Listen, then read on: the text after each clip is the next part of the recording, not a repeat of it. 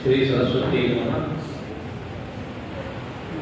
ವೇದಿಕೆಯಿರುವ ಎಲ್ಲ ವಿದ್ವಾಂಸರೇ ಹಾಗೂ ಅಧ್ಯಯನೇಶ್ವರರು ಸೇರಿದಂತಹ ಈ ಸಮಾರಂಭದಲ್ಲಿ ಎರಡು ಮಾತುಗಳು. ಈ ಕಾಂಚನವರು ಸಂಗೀತದ ಅವರು ಅನೇಕ ವಿದ್ವಾಂಸರು ಇಲ್ಲಿ ಹಾಡಿ ಹೊಡಿದ್ದಾರೆ ಹಾಗೂ ಹೀರೋಡಿದ್ದಾರೆ. ಆ ಕಾಂಚನಕ್ಕೆ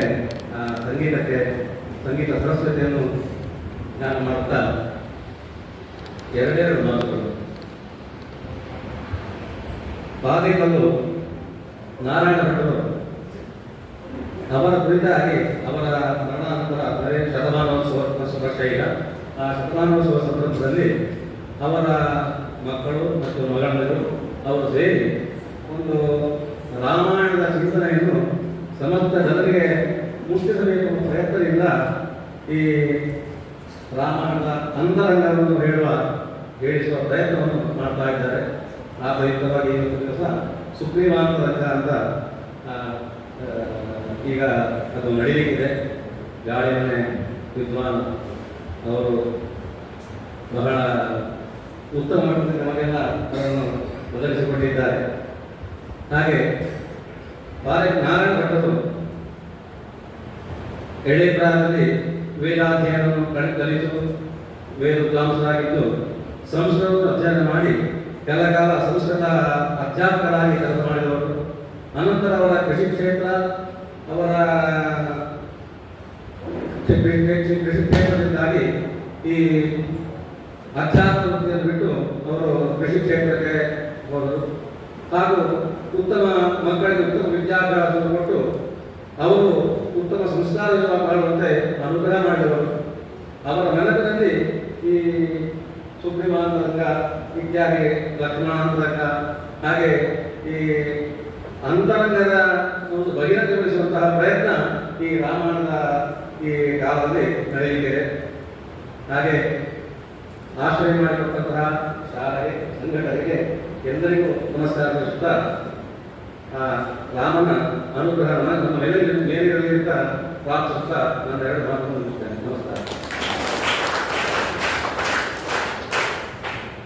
ಇದೀಗ ಈ ಸರಣಿಯ ಕುರಿತು ಪರಿಚಯದ ಮಾತು ಶ್ರೀ ಗಣರಾಜ್ ಕುಂಬಳೆ ಅವರಿಂದ.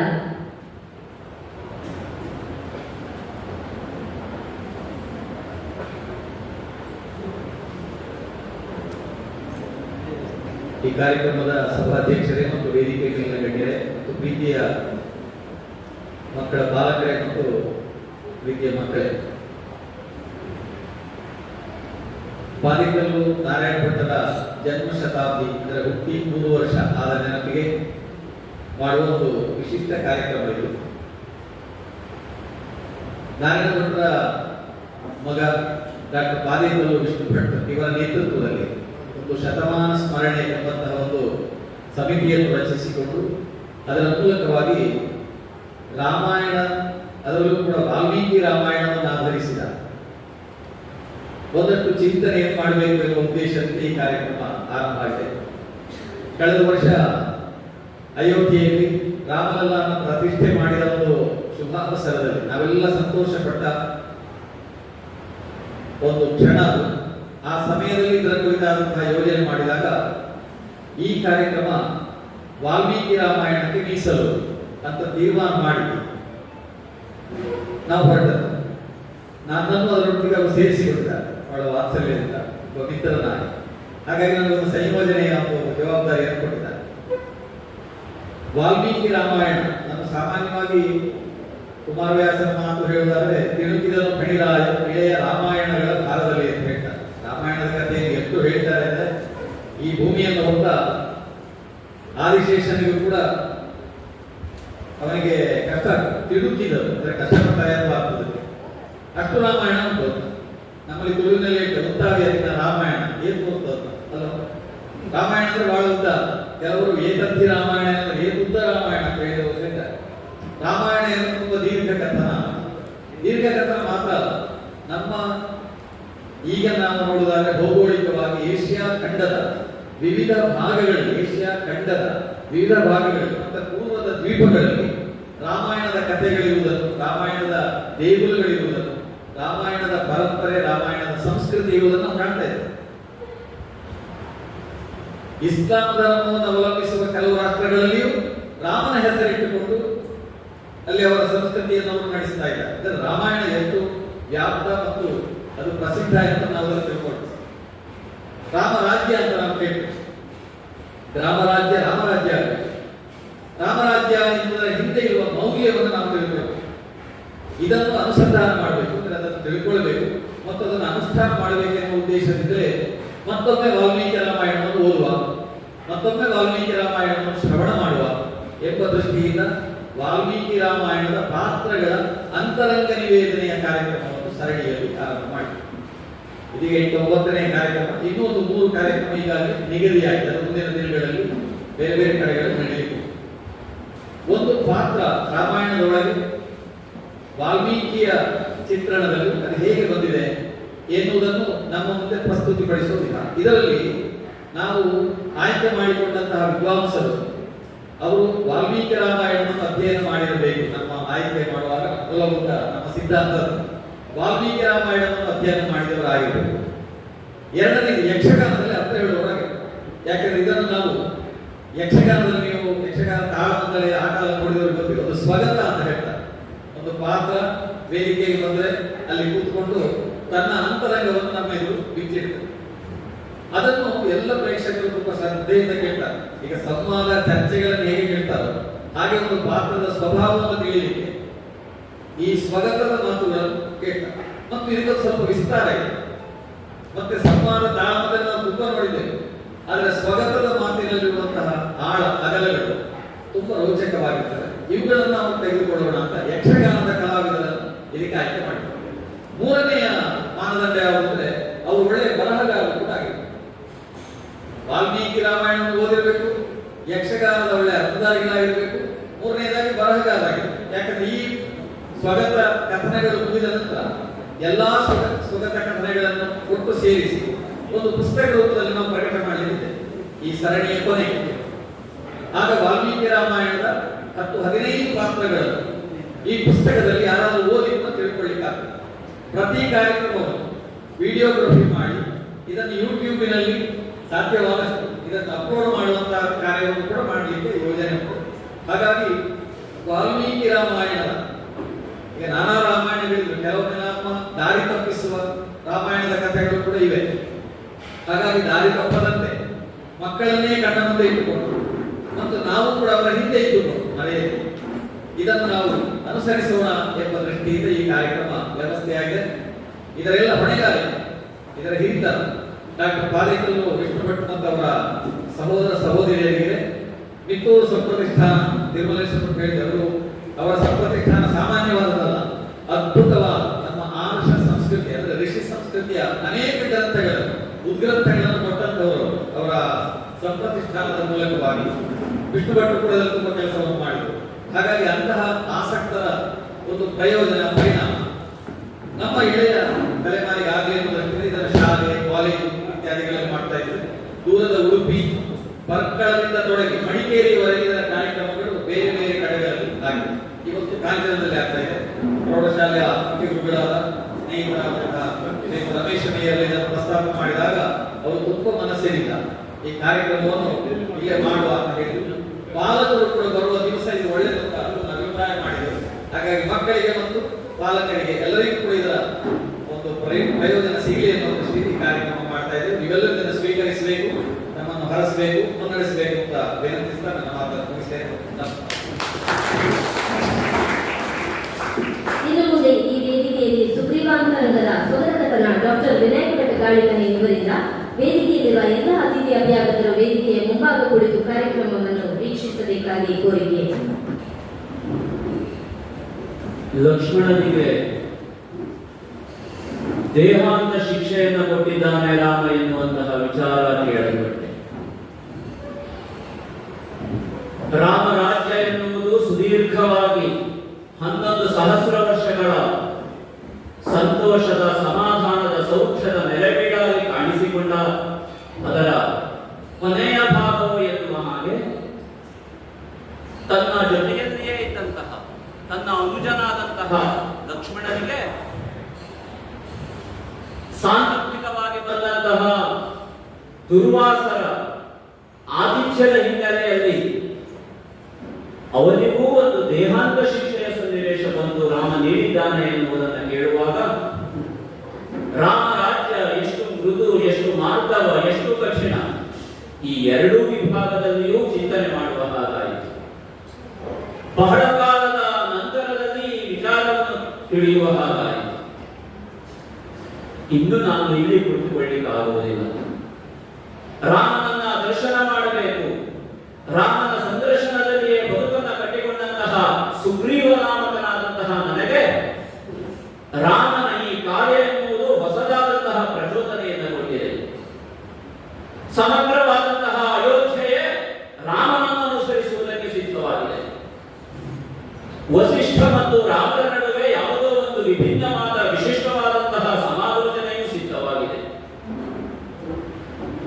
ಯಾವುದೋ ಒಂದು ವಿಶಿಷ್ಟ ಶಕ್ತಿ ಅಯೋಧ್ಯೆಯನ್ನು ಪ್ರವೇಶಿಸಿದಂತೆ, ದುರ್ವಾಸರು ಆ ಸಂದರ್ಭದಲ್ಲಿ ಪ್ರವೇಶ ಮಾಡಿದರಂತೆ, ಇವರ ಪ್ರವೇಶದಿಂದ ಹೊಸದಾದಂತಹ ತೀರ್ಮಾನವನ್ನು ರಾಮ ಕೈಗೊಂಡ.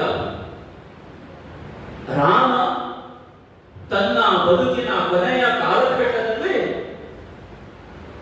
ಪರಧಾಮವನ್ನು ಇರುವುದಕ್ಕೆ ಸಿದ್ಧನಾಗಿದ್ದಾನೆ ಎನ್ನುವಂತಹ ಸಂಗತಿ ತಿಳಿಯಲ್ಪಟ್ಟಿತು. ರಾಮ ಪ್ರಯಾಣವನ್ನು ಕೇಳಿದೆವು. ರಾಮ ನಿರ್ಯಾಣದ ಸನ್ನಿವೇಶ ಸಿದ್ಧವಾಗಿದೆ ಎನ್ನುವುದು ಅರ್ಥವಾಗುತ್ತದೆ. ರಾಮ ನಿರ್ಯಾಣ ಅಂತಂದ್ರೆ ಅಯೋಧ್ಯೆಯ ನಿರ್ಯಾಣವಲ್ಲವೇ? ರಾಮ ನಿರ್ಯಾಣ ಅಂತಂದ್ರೆ ಸುಗ್ರೀವಾದಿ ನಮ್ಮವರ ನಿರ್ಯಾಣವೂ ಅಲ್ಲವೇ? ರಾಮ ರಾಜ್ಯ ಎನ್ನುವುದು ಸ್ಥಿರವಾದರೂ ರಾಮ ಎನ್ನುವಂತಹ ಶಕ್ತಿ ಬಂದಂತಹ ಆ ಪರಧಾಮವನ್ನೇ ಹೊಂದುವಂತಹ ಸನ್ನಿವೇಶ ನಿರ್ಮಾಣವಾದಾಗ ನಿರ್ಮಾಣದ ಈ ಸನ್ನಿವೇಶದಲ್ಲಿ ವಸಿಷ್ಠರಿಂದ ಆಜ್ಞಪ್ತರಾಗಿ ವಸಿಷ್ಠರ ಮಾರ್ಗದರ್ಶನದಲ್ಲಿ ಸಿದ್ಧರಾದಂತಹ ರಾಮ ಸರಯೂ ರೋಧಸಿ ಸರಯೂ ನದಿಯನ್ನು ಸೇರಿದ್ದಾನೆ ಎನ್ನುವುದು ಅರ್ಥವಾಗ್ತಾ ಇದೆ. ಹಾಗಾಗಿ ಕಿಷ್ಕಿಂಧೆಯ ಆಧಿಪತ್ಯದಲ್ಲಿದ್ದಂತಹ ನಾನು ಕಿಷ್ಕಿಂಧೆಯಿಂದ ತೊಡಗಿ ರಾಮನಿರುವ ಅಯೋಧ್ಯೆಗೆ ಗಮಿಸಬೇಕಾಗಿದೆ. ಸರಯೂ ನದಿಯ ತೀರಕ್ಕೆ ನಾನೀಗ ಗಮಿಸಬೇಕಾಗಿದೆ. ಈಗ ನನ್ನ ಬದುಕನ್ನೇ ನಾನು ಅವಲೋಕನಕ್ಕೆ ಒಳಪಡಿಸುವಂತಹ ಸನ್ನಿವೇಶ ನನಗೆ ಕಾಣ್ತಾ ಇದೆ. ಎಲ್ಲಿಯ ಅಯೋಧ್ಯೆ, ಎಲ್ಲಿಯ ಕಿಷ್ಕಿಂಧೆ, ಎಲ್ಲಿಯ ಲಂಕೆ, ಎಲ್ಲಿಯ ಪಂಚವಟಿ, ಎಲ್ಲಿಯ ಜನಸ್ಥಾನ. ಅಬ್ಬ, ಈ ಎಲ್ಲ ವಿಭಾಗದ ವಿಚಾರಗಳು ನನ್ನ ಮನಸ್ಸಿನಲ್ಲಿ ತಾನೇ ತಾನಾಗಿ ಮತ್ತೊಮ್ಮೆ ಅವಲೋಕಿಸುವಂತಹ ವಿಚಾರದಲ್ಲಿ ಪ್ರಚೋದನೆಯನ್ನು ನೀಡುತ್ತಾ ಇದೆ. ಪ್ರಾಯಃ ಸುಗ್ರೀವ ತನ್ನ ಅಂತರಂಗವನ್ನು ತಾನೇ ಒಳನೋಟಕ್ಕೆ ಒಳಪಡಿಸುವಂತಹ ಸನ್ನಿವೇಶ ಇದು ಅಂತ ಭಾವಿಸುತ್ತೇನೆ. ಏನಾಗಿದ್ದ ಸುಗ್ರೀವ ಈಗ ಏನಾಗಿದ್ದಾನೆ ಎನ್ನುವಲ್ಲಿ ರಾಮ ಎನ್ನುವ ಎರಡಕ್ಷರದ ಮಹಾವಿಭೂತಿ ಎಂತಹ ಕೈಂಕರ್ಯವನ್ನು, ಎಂತಹ ಪರಿಣಾಮವನ್ನು, ಎಂತಹ ವಿಭಿನ್ನವಾದಂತಹ ಅವಶ್ಯಕತೆಯನ್ನು ನಮ್ಮ ಬದುಕಿನಲ್ಲಿ ಒಳಪಡಿಸುವ ಹಾಗೆ ಮಾಡಿಬಿಟ್ಟಿದ್ದಲ್ಲ. ಹೌದು, ಹಿಂದೆ ಸರಿಯುತ್ತಿದ್ದೆ.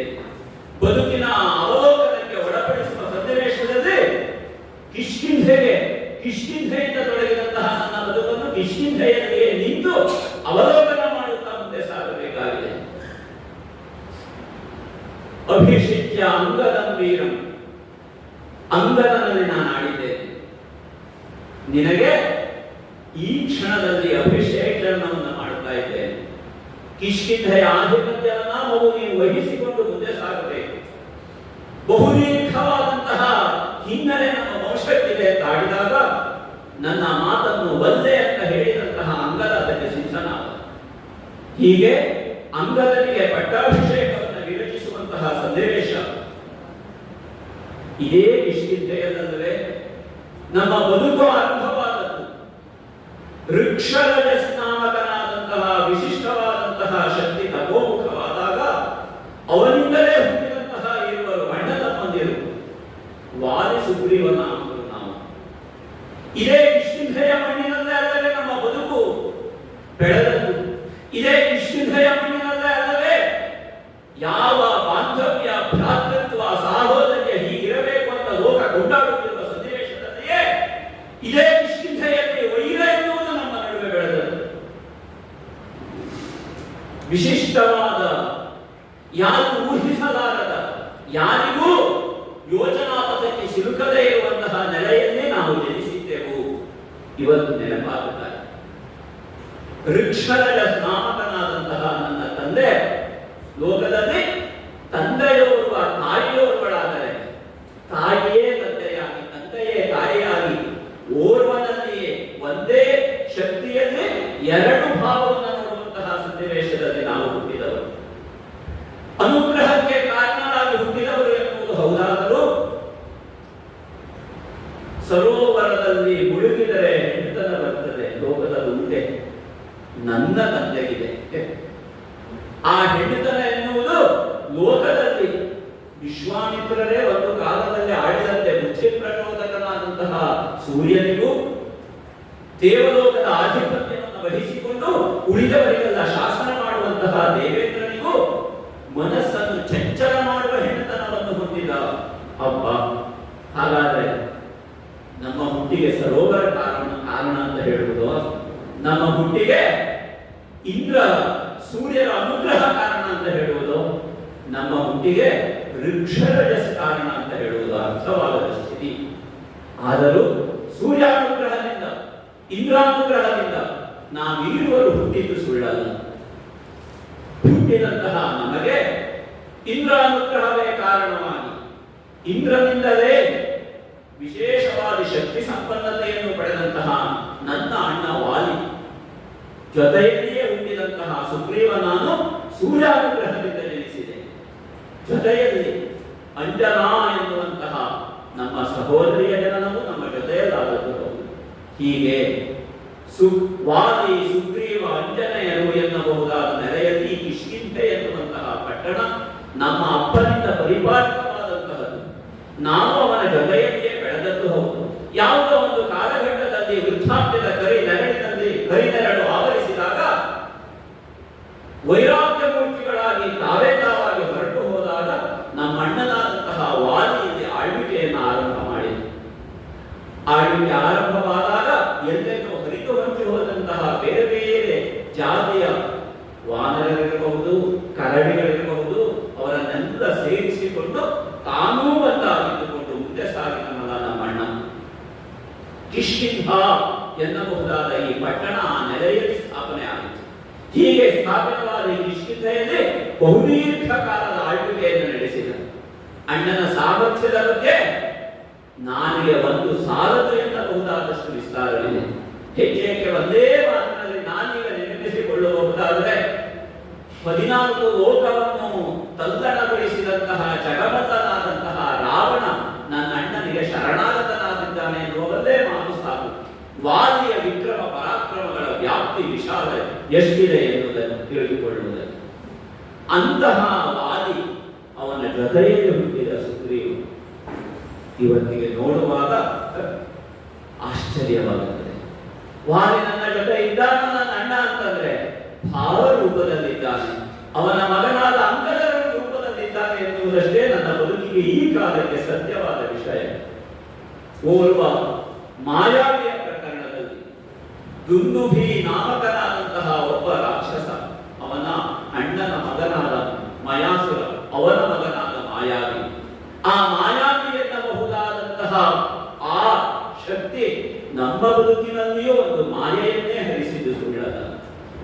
ನಮ್ಮ ಅಣ್ಣನಿಗೆ ದುಂದುಭಿಯಲ್ಲಿಯೂ ಒಂದು ಕಾಲಘಟ್ಟದಲ್ಲಿ ಹೋರಾಟ ಆಗಿದೆ, ಒಂದು ಸ್ತ್ರೀ ನಿಮಿತ್ತವಾದ ಹೋರಾಟ. ಮಯಾಸುರನ ಮಗನಾದಂತಹ ಮಾಯಾವಿ ನಮ್ಮ ಬದುಕನ್ನೇ ಛಾನ ಹಾನಿಗೊಳಿಸಿದವನು. ಅಲ್ಲಿಯವರೆಗೆ ಒಂದಾಗಿದ್ದಂತಹ ನಮ್ಮ ಬದುಕು ಬೇರ್ಪಟ್ಟಿತು. ಬದುಕಿಗೆ ಬೇರಾಗಬೇಕಾದ ಭ್ರಾತೃತ್ವದ ಬಾಂಧವ್ಯ ಬದುಕೆ ಬೇರಾಗುವ ಹಾಗೆ ಮಾಡಿದ್ದಲ್ಲ ಅನ್ನೋದಕ್ಕೆ ನೆನಪಿಸಿಕೊಳ್ಳುತ್ತೇನೆ. ಮಾಯಾವಿಯನ್ನ ಎನ್ನಬಹುದಾದ ಆ ಶಕ್ತಿ, ಆ ರಕ್ಕಸ ಶಕ್ತಿ, ಆ ಅಗೋಚರವಾದ ಶಕ್ತಿ ಆಗಾಗ ಬಂದು ನಮ್ಮ ಅಣ್ಣನನ್ನು ಪೀಡಿಸಿದ್ದು, ಅಣ್ಣನನ್ನು ಮೂಲರಿಸಿದ್ದು ನೆನಪಿ. ಹಾಗೆ ಮೂಲರಿಕೆಯ ಮಾತುಗಳು ಆಗಾಗ ಕೇಳಿ ಬರುತ್ತಿತ್ತು. ಒಂದೇ ವಿಷಯಕ್ಕೆ ದುಂದುಭಿ ಇರಬಹುದು, ಮಾಯಾವಿ ಇರಬಹುದು. ಪ್ರಯಚ್ಛಸ್ವ ಮೇ ಯುದ್ಧಂ, ಇಷ್ಟೇ ವಿಷಯ. ಯುದ್ಧಕ್ಕೋಸ್ಕರ ಯುದ್ಧ ಸಂಸ್ಕೃತಿ ಯಾರದ್ದು ಅಂತ ಇವತ್ತು ನಾನು ರಾಮನ ಸಂಯೋಗದಿಂದ ಅರ್ಥ ಮಾಡಿಕೊಂಡಿದ್ದೇನೆ. ಯಾರಿಗೆ ದೇಹ ಬಲದಲ್ಲಿ ಅಭಿಮಾನ ಇದೆಯೋ ಅವರು ಯುದ್ಧವನ್ನು ಆಕಾಂಕ್ಷಿಸ್ತಾರೆ. ಯಾರಿಗೆ ಭಾವ ಬಲದಲ್ಲಿ ನಿಜವಾದ ಅಭಿಮಾನ ಇದೆಯೋ ಅವರು ಬಾಂಧವ್ಯವನ್ನು ಒಪ್ಪಿಕೊಡುತ್ತಾರೆ ಎನ್ನುವ ಸತ್ಯವನ್ನು ರಾಮನಿಂದ ನಾನು ಪಡೆದುಕೊಂಡಿದ್ದೇನೆ ಇವತ್ತಿಗಾಗುವಾಗ. ಆದರೆ ದೇಹ ಶಕ್ತಿಯೇ ತನ್ನ ನಿಜ ಶಕ್ತಿ ಅಂತ ಭಾವಿಸಿದಂತಹ ವಾಲಿ, ದೇಹ ಶಕ್ತಿಯೇ ತನ್ನ ನಿಜ ಶಕ್ತಿ ಅಂತ ಪರಿಭಾವಿಸಿದಂತಹ ದುಂದುಭಿ, ಇವರ ನಡುವೆ ಇನ್ನೋರ್ವನಾದಂತಹ ಮಾಯಾವಿ, ಎಲ್ಲ ದೈಹಿಕವಾದ ಬಲಕ್ಕೆ ಪರಮ ಪ್ರಾಮಾಣ್ಯ ಪರಮಶಕ್ತಿ ಅಂತ ಭಾವಿಸಿಕೊಂಡವರು ಇವರೆಲ್ಲ ಇವತ್ತಿದ್ದಾರೆ ಅಂತ ಕೇಳಿದರೆ, ದೇಹ ಶಕ್ತಿಯನ್ನು ನಂಬಿಕೊಂಡವರು ದೇಹದ ಮೂಲವಾದ ಮಣ್ಣಲ್ಲಿ ಮಣ್ಣಾಗಿ ಹೋದರು. ಭಾವಶಕ್ತಿಯನ್ನು ನಂಬಿಕೊಂಡಂತಹ ನಮಗೆ ರಾಮ ಭಾವ ತಾನಾಗಿ ಬಂದು ನಮ್ಮ ಜೊತೆಯಲ್ಲಿದೆ ಎನ್ನುವುದು ಸತ್ಯವಾಗಿ ಕಾಣುತ್ತದೆ. ಮಾಯಾವಿ ರಕ್ಕಸ ಒಂದು ಅಗೋಚರ ಶಕ್ತಿ. ಅವನು ರಾಕ್ಷಸನ ಅಂತ ಕೇಳಿದ್ರೆ ನಾನು ಉತ್ತರ ಹೇಳುವುದಕ್ಕಾಗುವುದಿಲ್ಲ. ಆದರೆ ಅವನು ನಡೆದುಕೊಂಡಂತಹ ರೀತಿ ತಾಮಸೀ ಪ್ರವೃತ್ತಿಯಾದದ್ರಿಂದ ಅವನನ್ನು ರಕ್ಕಸ ಅಂತ ಕರೆಯಲೇ ನನಗೆ ಬೇರೆ ವಿಧಿ ಇಲ್ಲ. ಗುಹೆಯ ಒಳಗೆ ಹೋದಂತಹ ಮಾಯಾವಿ ಅವನನ್ನು ಅನುಸರಿಸಿ ಹೋಗುತ್ತಿರುವಂತಹ ವಾದಿ ನನ್ನನ್ನು ಕಡೆದು ತಿಳಿದು ಹೇಳಿದನಲ್ಲ, ಇವನನ್ನು ಕೊಂದು ಕಡೆದು ಬರುತ್ತೇನೆಲ್ಲ, ಅಲ್ಲಿಯವರೆಗೆ ನೀನು ಇಲ್ಲೇ ಇರಬೇಕು. ಅಣ್ಣನ ಮಾತು ನನಗೆ ವೇದಕ್ಕೆ ಸಮಾನ ಅಂತ ಭಾವಿಸಿದೆ. ಹಾಗೆಯೇ ಕಾದು ಕುಳಿತೆ. ಆದರೆ ಎಷ್ಟು ಕಾಲ ಸಂದಿತು, ಶತಶತಮಾನಗಳ ಸಾಮೀಪ್ಯವನ್ನು ಹೊಂದಿದರು. ಅಣ್ಣ ಬರದಿದ್ದಾಗ ಅಣ್ಣ ಬರುವ ಬದಲು ವೇಗವಾಗಿ ಗುಹೆಯಿಂದ ರಕ್ತದ ಹೊಳೆಯೇ ಹರಿಯುವುದಕ್ಕೆ ಸಿದ್ಧವಾದ ಸನ್ನಿವೇಶದಲ್ಲಿ ಅವಾಕ್ವಾದಂತಹ ನಾನು ಏನ್ ಮಾಡುವುದಕ್ಕಾಗುತ್ತದೆ? ಆಗ್ತಾರೆ ಅಣ್ಣ ಹೇಳಿದ ಮಾತಿಗೋಸ್ಕರ ನಾನು ಅಣ್ಣ ಬರ್ತಾನೆ ಹಾಗೆ ಕಾಯುವುದು ನನ್ನೊಳಗಿದ್ದ ಸಂದಿಗ್ಧಾವತಿ ಅಲ್ಲ. ಅಣ್ಣನನ್ನೇ ಕೊಂದಂತಹ ಈ ಮಾಯಾವಿಯೇ ಬಂದು ಬಿಡ್ತಾನೆ ಎನ್ನುವ ಕಾರಣಕ್ಕೆ ಅವರು ಬರದ ಹಾಗೆ ಆ ಗುಹೆಯ ಬಾಗಿಲನ್ನೇ ಅದನ್ನೇ ಪಿಧಾನ ಅದನ್ನೇ ಮುಚ್ಚಿ ಬರುವುದು ಅಂತ ಅರ್ಥವಾದ ಸನ್ನಿವೇಶದಲ್ಲಿ ಬದುಕು ಹಾಗೆ ಅಂದರೆ ಅರ್ಥವಾಗದ ಗೊಂದಲಕ್ಕೊಳಗಾದಾಗ ಸಾಮಾನ್ಯವಾಗಿ ಬದುಕು ಆಯ್ಕೆ ಮಾಡಿಕೊಳ್ಳುವುದು ತಪ್ಪು ನಿರ್ಧಾರವನ್ನೇ ಎನ್ನುವುದು ನನಗೆ ಈಗ ಕಾಣುತ್ತೆ. ಅಣ್ಣ ಸಾಯುವುದಕ್ಕಿಲ್ಲ, ರಾವಣನಂತಹ ರಾವಣನನ್ನು ಕಂಗೊಳಿನಲ್ಲಿಟ್ಟುಕೊಂಡು ಹೋರಾಟದ ಪ್ರವೃತ್ತಿಯನ್ನು ತೋರಿದವನು, ತಾನೇ ಏಕಾಕಿಯಾಗಿ ಸಮುದ್ರವನ್ನು ಮಥನ ಮಾಡಿದವನು, ತನ್ನ ಬದುಕಿನ ಧ್ಯೇಯವಾದಂತಹ ಅಜೇಯತ್ವವನ್ನು ವರವಾಗಿಯೇ ಪಡೆದುಕೊಂಡಂತಹ ವಾದಿ ನನ್ನ ಅಣ್ಣ ದೇವರಲ್ಲಿಯೇ ಶಪಥ ಮಾಡಿದವನು. ಪ್ರಾಣವನ್ನು ಬೇಕಿದ್ರು ನಾನು ಕೊಡುವುದಕ್ಕೆ ಸಿದ್ಧ, ನನ್ನ ಪ್ರಾಣವನ್ನು ಬೇಕಿದ್ರು ಸ್ವೀಕಾರ ಮಾಡಿ ಯಾರು ಹೇಳ್ತಾರೆ. ಅಂತಹ ಅಣ್ಣ ಶಾಂತಪಾಪನು ದಿವಂಗತನಾಗಿ ಹೋದನೋ ಎನ್ನುವ ಭಾವವನ್ನು ಹುಟ್ಟಿಸಿದ್ದು ಯಾವುದು? ಹರಿದು ಬಂದ ರಕ್ತ, ಹರಿದು ಬಂದ ನಾಲಿಗೆಯ ಲಾಲಾರಸ ಜೊಲ್ಲು ಮಿಶ್ರಿತವಾದಂತಹ ಆ ರಕ್ತ ಹರಿದು ಬಂದಾಗ ಅಣ್ಣನ ಜೊತೆಗಿದ್ದಂತಹ ಅನುರಕ್ತತೆ ರಕ್ತವಾಗಿ ಹರಿದು ಹೋಯಿತು, ನನ್ನಿಂದ ದೂರವಾಗಿ ಹೋಯಿತು. ಭಾವಾನುರಕ್ತಿ ಎನ್ನುವುದು ಈ ರೀತಿಯಲ್ಲಿ ಹರಿದು ಹಂಚಿ ಹೋಯಿತು ಎನ್ನುವ ಗೊಂದಲಕ್ಕೆ ಒಳಗಾದಾಗ ದಿಗ್ದೋಷದ ನಾನು ಮಾಡಿದ ಕೆಲಸ ನನಗೀಗಲೂ ಪಶ್ಚಾತ್ತಾಪವನ್ನು ಉಂಟು ಮಾಡುತ್ತದೆ. ನಾನೊಂದು ಆ ಗುಹೆಯ ಬಾಗಿಲಿಗೆ ಕಲ್ಲಿಟ್ಟದ್ದಲ್ಲ, ವಾಲಿ ಮತ್ತು ಸುಗ್ರೀವರ ನಡುವೆ ಇದ್ದಂತಹ ಆ ಭಾವ ಬಾಂಧವ್ಯ, ಭ್ರಾತೃತ್ವದ ಬಾಂಧವ್ಯಕ್ಕೆ ಶಾಶ್ವತವಾದ ಕಲ್ಲನ್ನು ಮುಚ್ಚಿಬಿಟ್ಟೆ ಎನ್ನುವ ಆ ಪಶ್ಚಾತ್ತಾಪದಂತ ಮಾನಸ ಇವತ್ತಿಗೆ ನಾನು. ಆದರೆ ಕಾಲಾಯ ತಸ್ಮೈ ನಮಃ, ಕಾಲ ಕಳೆದು ಹೋಗಿದೆ. ಆ ಕಾಲಕ್ಕೆ ನಮಸ್ಕಾರವನ್ನು ಹೇಳಿ ಕಾಲ ಕರ್ಮಗಳಿಂದಲೇ ಬದುಕು ಎನ್ನುವುದು ಸಂಯುಕ್ತವಾಗ್ತದೆ, ವಿಯುಕ್ತವಾಗ್ತದೆ ಎನ್ನುವಂತಹ ಹಿರಿಯರ ಅಬೋಟದಂತೆ ಸಂಯುಕ್ತವಾದಂತಹ ಭ್ರಾತೃತ್ವದ ಎಳೆಯಲ್ಲಿ ಬದುಕನ್ನು ಕಟ್ಟಿಕೊಂಡಂತಹ ವಾಲಿ ಸುಗ್ರೀವರಲ್ಲಿ ವಿಯುಕ್ತತೆ ಬಂತು. ಏನು ಮಾಡುವುದಕ್ಕಾಗುತ್ತದೆ? ಅಂದಿಗೆ ಬಿಟ್ಟಂತಹ ದಿಗ್ಗುಸಿರಿನ ಬಿಸಿ ಈಗಲೂ ನನ್ನ ಮನಸ್ಸಿನಲ್ಲಿ ಬಿಸಿಯಾಗಿ ಪಶ್ಚಾತ್ತಾಪವಾಗಿ ಹಾಗೆಯೇ ಇದೆ. ಆದರೆ ಒಂದೇ ಒಂದು ನಂಬಿಕೆ ಆ ಕಾಲಕ್ಕೆ ಈ ಸುಗ್ರೀವನಲ್ಲಿತ್ತು. ನಾನು ಗೊಂದಲದಲ್ಲಿದ್ದೇನೆ ವಿನಃ ನಾನು ಯಾವುದೇ ಪೂರ್ವಗ್ರಹದಿಂದ ಅಣ್ಣನ ಕುರಿತಾದಂತಹ ದ್ವೇಷ ಭಾವನೆಗೆ ಈ ಕಾರ್ಯ ಮಾಡಬೇಕಾಗಿರುವುದಷ್ಟೇ ನನ್ನ ಸತ್ಯವಾಗಿದೆ. ಹಾಗಾಗಿ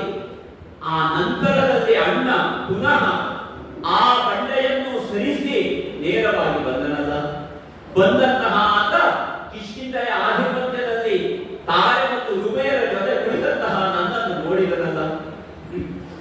ಬದುಕಿನಲ್ಲಿ ದೃಶ್ಯ ದರ್ಶನದ ಎತ್ತರಕ್ಕೇರಿಸುವುದು ಬಹಳ ಕಡಿಮೆಯಂತೆ. ದೃಶ್ಯ ಮಾಧ್ಯಮ ನಮ್ಮ ಬದುಕನ್ನು ದಿಕ್ಕು ತಪ್ಪಿಸ್ತದೆ ಅಂತ ಗೊತ್ತಾಗಲ್ಲ ಅವತ್ತು ನನಗೆ. ಯಾಕೆ? ಕಣ್ಣಿಗೆ ಕಂಡ ದೃಶ್ಯ ಯಾವುದಾವತ್ತು ನನಗಂತ ಅರ್ಥ ಆಗಲಿಲ್ಲ, ಮತ್ತೆ ಅರ್ಥ ಆಗಲ್ಲ. ದರ್ಶನದ ಎತ್ತರಕ್ಕೆ ಏರಬೇಕಾದ ನಾನು ದೃಶ್ಯ ಮಾಧ್ಯಮದಲ್ಲಿ ನೋಡಿದಂತಹ ಅಣ್ಣನ ಮುಂದೆ ಕುಸಿದು ಹೋದದ್ದು ಯಾಕೆ? ತಾರೆ ರುಮೆಯರ ನಡುವೆ ನಾನು ಕುಳಿತಿದ್ದೇನೆ. ಆಮೇಲೆ ಸಾರೆ ಹೇಳಬಹುದು ನಾನು, ಇಲ್ಲ ಅವಳನ್ನು ಹಾಗೆ ಕಂಡೆ, ಇವರನ್ನು ಹೀಗೆ ಕಂಡೆ. ಅದಲ್ಲವಲ್ಲ, ವಾನರರಲ್ಲಿ ಇದ್ದಂತಹ ನ್ಯಾಯ ತೀರ್ಮಾನ ಪಕ್ಕಕ್ಕಿಟ್ಟು ನಾನು ಯೋಚನೆ ಮಾಡುತ್ತೇನೆ. ನನಗೆ ತಿಳಿದಿದೆ ವಾನರರಲ್ಲೊಂದು ನ್ಯಾಯ ಇತ್ತು, ವಾನರರಲ್ಲೊಂದು ನೀತಿ ಇತ್ತು, ವಾನರರಿಗೊಂದು ಧರ್ಮ ಶಾಸ್ತ್ರ ಇತ್ತು. ಯಾಕೆ? ಈ ಕಾಲಕ್ಕೆ ಕಾಣಬಹುದಾದಂತಹ ಕಾಡಿನಿಂದ ಕಾಡಿಗೆ, ಮರದಿಂದ ಮರಕ್ಕೆ ಹಾರುವುದಕ್ಕಷ್ಟೇ ಸೀಮಿತವಾದಂತಹ ಈ ತ್ರೇತಾಯುಗದ ಕೊನೆಯ ಹಂತದ ಈ ಸಂದರ್ಭಕ್ಕೆ ಕಾಣಬಹುದಾದ ಆ ಭಾವ ಅಲ್ಲ.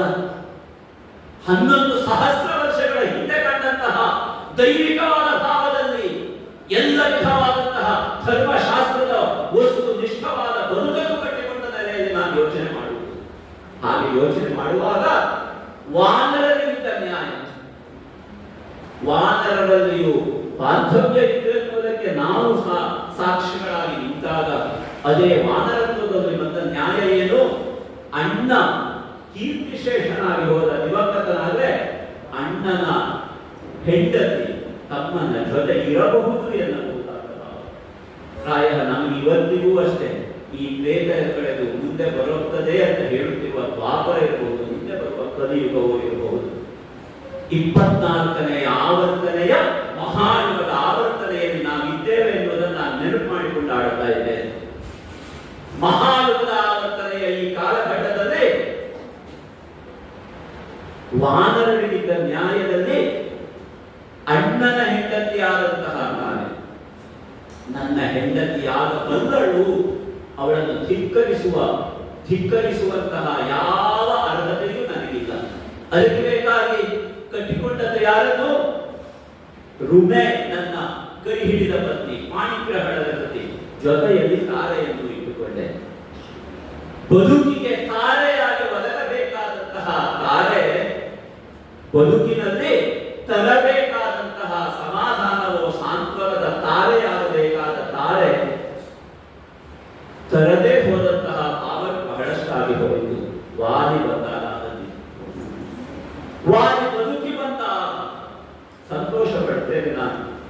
ಯಾಕೆ? ಮುಂದೆ ನಡೆದ ಘಟನೆಗಳು ನಮ್ಮ ಸಮಾಧಾನಕ್ಕೆ ಕಾರಣ. ಆದರೆ ವಾನರರ ನ್ಯಾಯ ತೀರ್ಮಾನ ಎನ್ನುವುದು ಇವತ್ತಿಗೂ ನನಗೆ ಪ್ರಶ್ನೆ ಆಗ್ತದೆ. ಯಾಕೆ ಅಂತಂದ್ರೆ ನಮ್ಮನ್ನ ವಾನರರನ್ನಾಗಿ ಉಳಿಸಿದ್ದಲ್ಲ.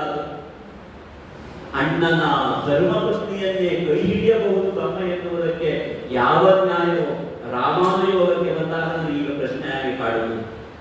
ಕಿಷ್ಕಿಂಧೆಯಲ್ಲಿದ್ದಾಗ ಅದು ಪ್ರಶ್ನೆ ಅಲ್ಲ ನನಗೆ. ನನ್ನ ಅಂತರಂಗವನ್ನು ರಾಮ ಹುಟ್ಟಿದ ಕಾರಣಕ್ಕೆ, ರಾಮ ತಟ್ಟಿದ ಕಾರಣಕ್ಕೆ, ರಾಮಾನುಗ್ರಹಕ್ಕೆ ಪಾತ್ರನಾಗಿದ್ದೇನೆ ಎನ್ನುವ ಕಾರಣಕ್ಕೆ ನನಗೀಗ ಅದು ಪ್ರಶ್ನೆಯಾಗಿ ಕಾಡುತ್ತದೆ. ಹಾಗಾದ್ರೆ ವಾನರರು ಯಾವತ್ತಿದ್ರು ವಾನರರೇ, ದೈವಿಕವಾದ ಅಂಶ ಇದ್ರು ಮೂಲ ಸ್ವಭಾವವಾದ ವಾನರತ್ವ ನಮ್ಮಿಂದ ಬಿಟ್ಟು ಹೋಗಲಿಲ್ಲ ಎನ್ನುವುದಕ್ಕೆ ಇದೇ ಕಾರಣ. ಇದರ ಪ್ರತಿಫಲನ ಏನು? ಮುಂದೆ ಬಂದಂತಹ ವಾದಿ ನನ್ನನ್ನು ತಾನು ಕುಳಿತಂತಹ ಪಟ್ಟದಿಂದ ಇಳಿಸಿ ತಾನು ಕುಳಿತನು. ಯಾರೇ ಇರಲಿ, ಅಣ್ಣ ತಮ್ಮಂದಿರು, ಅಕ್ಕ ತಂಗಿಯರು, ಸಹೋದರ ಸಹೋದರಿ, ಭಾವ ಇತ್ಯಾದಿ ಯಾವ ಸಂಬಂಧಗಳನ್ನು ತೆಗೆದರೂ ಒಂದು ದೃಶ್ಯ ಹೇಗೆ ನಮ್ಮನ್ನು ಕಣ್ಣು ತಪ್ಪಿಸುತ್ತದೆ ಹೇಳುವುದಕ್ಕೆ ಸಮಗ್ರವಾದ ರಾಮನ ಬದುಕಿನಲ್ಲಿ ಸುಗ್ರೀವ ವಾಲಿಯರ ಸಹೋದರಿಯರ ಸಂಬಂಧದ ನಡುವೆ ಬಂದಂತಹ ಈ ಒಂದು ಘಟನೆ ಕಾರಣವಾಗಿ ಕಾಣುತ್ತದೆ. ವಾಲಿಯಿಂದ ಸಂತ್ರಸ್ತ ಎನ್ನುವ ಬಗೆಗೆ ಮುಟ್ಟು ಹೋಯಿತು ಸುಗ್ರೀವನ ಬದುಕು. ಆದರೂ ಅಣ್ಣ ಎನ್ನಬಹುದಾದ ಭಾವದಿಂದ ನಾನು ಹೊರಗಡೆ ಬರಲಿಲ್ಲ. ಅಣ್ಣನಾಗಿಯೇ ವಾಲಿಯನ್ನು ನಾನು ಕಂಡದ್ದು ಹೌದು. ಆಗ ನಡೆದ ಒಂದು ಘಟನೆ, ವಾಲಿನನ್ನು ಕೊಲ್ಲುವಂತಹ ಸ್ಥಿತಿ ಹೋಗುವುದಿಲ್ಲ, ಹಾಗಂತ ನನ್ನ ಬದುಕಾದ ಉಮೆಯನ್ನು ಬಿಡುವುದಿಲ್ಲ ಅಂತಾದಾಗ ನನಗೆ ಅರ್ಥ ಆಯಿತು, ನಾನು ಸಾಯುವುದು ವಾಲಿಗೆ ಬೇಕಿಲ್ಲ, ಆದರೆ ನನ್ನ ಸತ್ತ ಬದುಕು ವಾಲಿಗೆ ಬೇಕಾಗಿದೆ ಎಂದು ನನಗೆ ಅರ್ಥ ಆಯಿತು. ಜೀವಚ್ಛವವಾದ ಸುಗ್ರೀವನನ್ನು ನೋಡುವುದು ಯಾಕೆ? ದೃಶ್ಯ ಕಣ್ಣು ತಪ್ಪಿಸಿದ ಕಾರಣಕ್ಕೆ. ಆಗ ನನಗೆ ದೃಶ್ಯದಿಂದ ದರ್ಶನಕ್ಕೆ ಹೋದದ್ದು ನಾನು ಆಗ ಅರ್ಥ ಆಯಿತು. ಯಾಕೆ ದರ್ಶನಕ್ಕೆ ಹೋದೆ? ಆಗ ಆ ದರ್ಶನಕ್ಕೆ ಹೋಗುವಾಗ ನಡೆದ ಘಟನೆ ಇದಕ್ಕೆ ಕಾರಣ ಆಯಿತು. ಬಹುಕಾಲ ತಂದೆಯಾದಂತಹ ಸೂರ್ಯನ ಜೊತೆಯಲ್ಲಿ ಉಳಿದೆ. ಈ ಕಾಲಕ್ಕಾದಂತಹ ದುಂದುಭಿಯ ಪ್ರಕರಣದಿಂದ ಋಷ್ಯಮುಖ ಪರ್ವತಕ್ಕೆ ದುಂದುಭಿಯ ರಕ್ತ ಸಿಡಿದು ಹೋದ ಕಾರಣಕ್ಕೆ ಅಲ್ಲಿದ್ದಂತಹ ಮತಂಗ ಮುನಿಗಳ ಶಾಪವನ್ನು ಪಡೆದಂತಹ ವಾಲಿ ನನಗೊಂದು ಅನುಗ್ರಹಕ್ಕೂ ಕಾರಣನಾಗಿ ಹೋದ. ಸೂರ್ಯ ದೇವನ ಮಗನಾದ ನಾನು ಅಪ್ಪನ ಜೊತೆ ಬಹಳ ಕಾಲ ಕಳೆದಿದ್ದೇನೆ, ಸೂರ್ಯನ ಜೊತೆಗೆ ಭ್ರಮಿಸಿದ್ದೇನೆ. ಬದುಕು ಭ್ರಮಿತವಾದದ್ದು ಅಂತ ಅರ್ಥ ಆದಾಗ ಬದುಕು ಸಂಭ್ರಮಿತವಾಗಬೇಕಾದ ಹೇಗೆ ಅಂತ ಸೂರ್ಯನಿಂದ ಕಲಿತುಕೊಂಡದ್ದು ಆಗ. ಯಾಕೆ? ಬುದ್ಧಿ ಪ್ರಚೋದಕನಾದ ಸೂರ್ಯನಿಗೆ ಕಾಲದ ಬಗ್ಗೆ ಇರುವ ಚಿಂತನೆ ನನಗೆ ಅರ್ಥ ಆಯಿತು. ಕಾಲಗಣನೆ ಆರಂಭ ಆದ ನನ್ನ ಬದುಕಿನಲ್ಲಿ ಸೂರ್ಯ ಆತ್ಮ ಜಗತ್ತಸ್ಪಷ್ಟುಷಷ್ಟ, ಜಗತ್ತಿನ ಆತ್ಮ, ಜಗತ್ತಿನ ಸ್ಥಾವರ ಜಂಗಮಾತ್ಮವಾದ ಜಗತ್ತಿಗೆ ಸೂರ್ಯನೇ ಆತ್ಮಸ್ವರೂಪದಲ್ಲಿದ್ದಾನೆ. ಅವನೇ ಬುದ್ಧಿ ಪ್ರಚೋದಕ. ಬುದ್ಧಿ ಎನ್ನುವುದು ಸಾರಥಿಯ ಸ್ಥಾನದಲ್ಲಿ ನಮ್ಮ ಬದುಕೆನ್ನುವ ರಥವನ್ನು ನಡೆಸುವಂತಹವನು. ಇದೆಲ್ಲ ಅರ್ಥ ಆದದ್ದು ಸೂರ್ಯನ ಜೊತೆಯಲ್ಲಿ ಸೂರ್ಯಮಂಡಲದಲ್ಲಿ ಸುತ್ತಿದ ಸಂದರ್ಭಕ್ಕೆ. ಹೀಗೆ ಅವನ ಜೊತೆಯಲ್ಲಿರುವಾಗಲೇ ದುಂದುಭಿಯ ಪ್ರಕರಣದಲ್ಲಿ ವಾಲಿಗೆ ಶಾಪ ಬಂದದ್ದು ನನಗೆ ವರ ಆಯಿತು.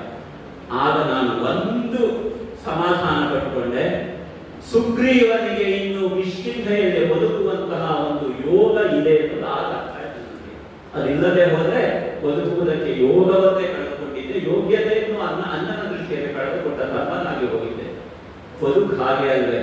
ನಮ್ಮ ಜೊತೆಯಲ್ಲಿ ಯಾರು ನಮ್ಮ ಹತ್ತಿರದಲ್ಲಿ ಇರ್ತಾರೋ ಅವರ ಕಾರಣದಿಂದಲೇ, ಅವರ ಭಾವದಲ್ಲಿ ನನ್ನ ಬದುಕು ವ್ಯರ್ಥ ಅಂತಾದ್ರೆ ದೇಶಕ್ಕೆ ರಾಜನಾಗಿ ಏನು ಪ್ರಯೋಜನ?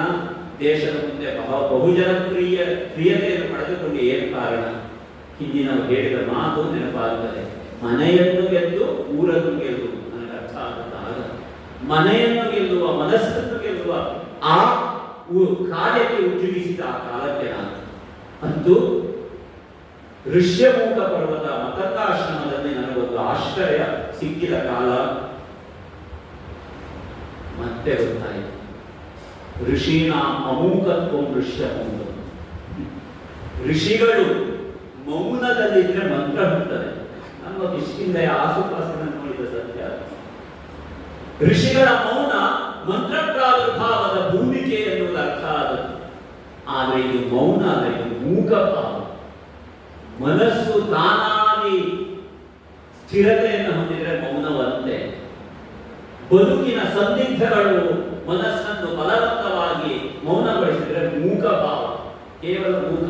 ಯಾವುದೋ ಒಂದು ಬಲವಂತದಲ್ಲಿ ನಾವು ಮೂಕರಾಗುವುದು. ಆದರೆ ನನ್ನೊಳಗೆ ನಾವು ಹುಟ್ಟಿದಂತಹ ಯಾವ ಭಾವ ತಾನಾಗಿಯೇ ಸ್ಥಿರತೆಯನ್ನು ಹೊಂದುತ್ತದೋ ಆಗ ಮೌನ. ಬದುಕು ಋಷಿಗಳ ಅಮೂಕತ್ವ ಸ್ಥಿತಿಯನ್ನು ಹೊಂದುವಂತಹ ಸನ್ನಿವೇಶಕ್ಕೆ ಏರಿಸಿದ್ದು ನನ್ನನ್ನ. ಯಾರು ಇಬ್ಬರು ಆ ಹೆಸರನ್ನಾಗಿ ಪರ್ವತಕ್ಕೆ ನನಗೆ ತಿಳಿದಿಲ್ಲ. ಆದರೆ ಸುಗ್ರೀವನಂತೂ ಮೂಕನಾದಂತಹ ಆ ಬದುಕನ್ನು ಕಟ್ಟಿಕೊಂಡು ಹಲವು ಸಮಯ ಕಳೆದಿತ್ತು. ಎತ್ತರದ ಯಾವುದೋ ಒಂದು ಗಿರಿಯಲ್ಲಿರುವುದು, ಆ ಗಿರಿಯಲ್ಲಿಯೇ ಎಲ್ಲವನ್ನು ನೋಡುತ್ತಾ ಕಾಲ ಕಳೆಯುವುದು, ಇದೇ ಬದುಕಾದಾಗ ಯಾರು ಆ ಗಿರಿಯ ಹತ್ತಿರ ಬಂದರು, ಋಷ್ಯಮುಖದ ಹತ್ತಿರ ಬಂದರು, ಅಲ್ಲಿಯೇ ನನ್ನನ್ನು ಚಾನಹಾನಿ ಮಾಡುವುದಕ್ಕೆ ಕಳುಹಿಸಿದ್ದಾನೆ ಎನ್ನುವ ಭ್ರಮೆಯನ್ನು ಬದುಕುವುದು ಅಭ್ಯಾಸ ಆಗಿ ಹೋಗಿತ್ತು. ಹೀಗಿರುವಾಗ ಈವರು ಬ್ರಹ್ಮಚಾರಿಗಳು ಬಂದ್ರಲ್ಲ, ವಿರೋಧಾಭಾಸವು ಎನ್ನುವಂತಹ ಒಂದು ಆಕೃತಿಯನ್ನು ನಾನು ಕಂಡೆ. ಯಾಕೆ? ಜಟಾಜೂಟ ಘನತ್ವ ಬ್ರಹ್ಮಚರ್ಯವನ್ನು ಸೂಚಿಸುತ್ತದೆ. ಆದರೆ ಕೈಯಲ್ಲಿ ಹಿಡಿದಂತಹ ಬಿಂದು ಬಾಣಗಳು ಅವರಲ್ಲಿ ಇನ್ಯಾವುದೋ ಭಾವವನ್ನು ಬೇಡಿಸಿದೆ ಎನ್ನುವ ಭಾವವನ್ನು ಶ್ರುತಪಡಿಸುವ ಆ ಸಂದರ್ಭಕ್ಕೆ ಹನುಮಂತನನ್ನು ಬಾಲಬ್ರಹ್ಮಚಾರಿಯಾಗಿ ಹೋಗಿ ಕೇಳಿ ಬಾರಪ್ಪ ಅಂತ ಶುದ್ಧ ಸಂಸ್ಕೃತಮಯವಾದ ಮಾತಿನಲ್ಲಿಯೇ ಆ ಈರುವರಲ್ಲಿ ಮಾತನಾಡಿದಂತಹ ಹನುಮಂತ ನನ್ನಲ್ಲಿ ಹೇಳಿದ ಯೋಗ ಋಷಿಯ ಮೂಕ ಪರ್ವತ ಅಂದು ಋಷಿಗಳ ಮೌನದ ಪರ್ವತ ಆದದ್ದು ಅವರಿರುವರಾದನು. ಮೂಕ ಸ್ಥಿತಿಯಲ್ಲಿದ್ದ ಸುಗ್ರೀವನ ಗ್ರೀವ ಕಂಠ ಎರಡು ಮಾತನಾಡುವುದಕ್ಕೆ ಸಾಧ್ಯವಿದೆ ಅಂತ ತೋರಿಕೊಟ್ಟ ಈರುವರು ಬ್ರಹ್ಮಚಾರಿಗಳು, ಈರುವರು ಶಕ್ತಿಶಾಲಿಗಳ ದರ್ಶನ ಆಯಿತು. ಹನುಮಂತನಲ್ಲಿ ಆಡಿದೆ. ಅವರು ನನಗೆ ಹಿತರಾದರೆ ಕರೆದುಕೊಂಡು ಬಾ, ಅಹಿತರಾದರೆ ಹಾಗೆ ಕಳಿಸಿ ಬಿಡಪ್ಪ, ಇವರು ಯಾರ ತಂಟೆಯೂ ಬೇಡ ಅಂತ ಹೇಳಿದ್ದೆ. ಹಾಗೆ ಹೇಳಿದಾಗ ಅರ್ಥ ಆಯ್ತಲ್ಲ. ಹನುಮಂತನಿಗೂ ತಾಯಿ ಅಂಜನೆ ಹೇಳಿದ ಮಾತಿನ ಪ್ರಕಾರ ದಕ್ಷಿಣ ಕನ್ನಡದಲ್ಲಿ ಕಾಣಬಹುದಾದ ಯಾವ ಕುಂಡಲ ಇದೆಯೋ ಅದನ್ನ ಯಾರು ಗುರುತಿಸ್ತಾರೋ ಅವನೇ ನಿನಗೆ ಆರಾಧ್ಯನಾಗುತ್ತಾನೆ, ಅವನನ್ನು ಆರಾಧಿಸು, ಬದುಕಿನಲ್ಲಿ ಉತ್ತರೋತ್ತರವಾಗುತ್ತದೆ ಅಂತ ಹೇಳಿದ್ದಾರೆ. ದಕ್ಷಿಣೇ ಕುಂಡಲೇ ಯಸ್ಯ ಎಂದ ಮಾತನಾಡಿದ್ದರಂತೆ. ಕಾಲು ಹಿಡಿದಾಗ ಗೊತ್ತಾಯಿತು. ಮತ್ತೆ ದೂರದಿಂದ ವೀಕ್ಷಿಸಿದಂತಹ ನನಗೆ ಹನುಮಂತನ ಹೆಗಲಿನಲ್ಲಿ ಈರುವರು ಕುಳ್ಳಿರಿಸಿಕೊಂಡು ಬರುತ್ತಿರುವಂತಹ ದರ್ಶನ ಆಯಿತು. ದೃಶ್ಯದಿಂದ ದರ್ಶನಕ್ಕೆ ಹೋದೆ ಅಂತ ನನಗೆ ದರ್ಶನ ಅಲ್ಲ, ಅದು ನನ್ನ ಬದುಕಿನ ಬಹಳ ದೊಡ್ಡ ಸಂಘರ್ಷಣ ಅಂತ ಮತ್ತೆ ಗೊತ್ತಾಯ್ತದ. ಆ ಈರುವರು ಯಾರು ಅಂತ ಕೇಳಿದರೆ ಅಯೋಧ್ಯೆಯಿಂದ ಹೊರಟು ಪಂಚವಟಿಯಲ್ಲಿ ನೆಲೆ ನಿಂತು 13 ವರ್ಷಗಳ ವನವಾಸದ ಬದುಕನ್ನ ಕಟ್ಟಿಕೊಂಡು ಇನ್ನೇನು ಪಂಚವಟಿಯಿಂದ ಹಿಂದಿರುಗಿ ಭರದ್ವಾಜಾಶ್ರಮ, ಹಾಗೆ ಚಿತ್ರಕೂಟ, ಅಲ್ಲಿಂದ ಸರಯೂ ನದಿ, ಅಲ್ಲಿಂದ ಅಯೋಧ್ಯೆಗೆ ತಲುಪಬೇಕಾದಂತಹ ರಾಮ ತನ್ನ ಅನುಜನಾದ ಲಕ್ಷ್ಮಣನಿಂದ ಒಳಗೂಡಿ ಸೀತಾನ್ವೇಷಣೆಯ ಕಾರಣದಿಂದ ಬಂದಿದ್ದಾನೆ ಎನ್ನುವುದು ಅರ್ಥ ಆಯಿತು.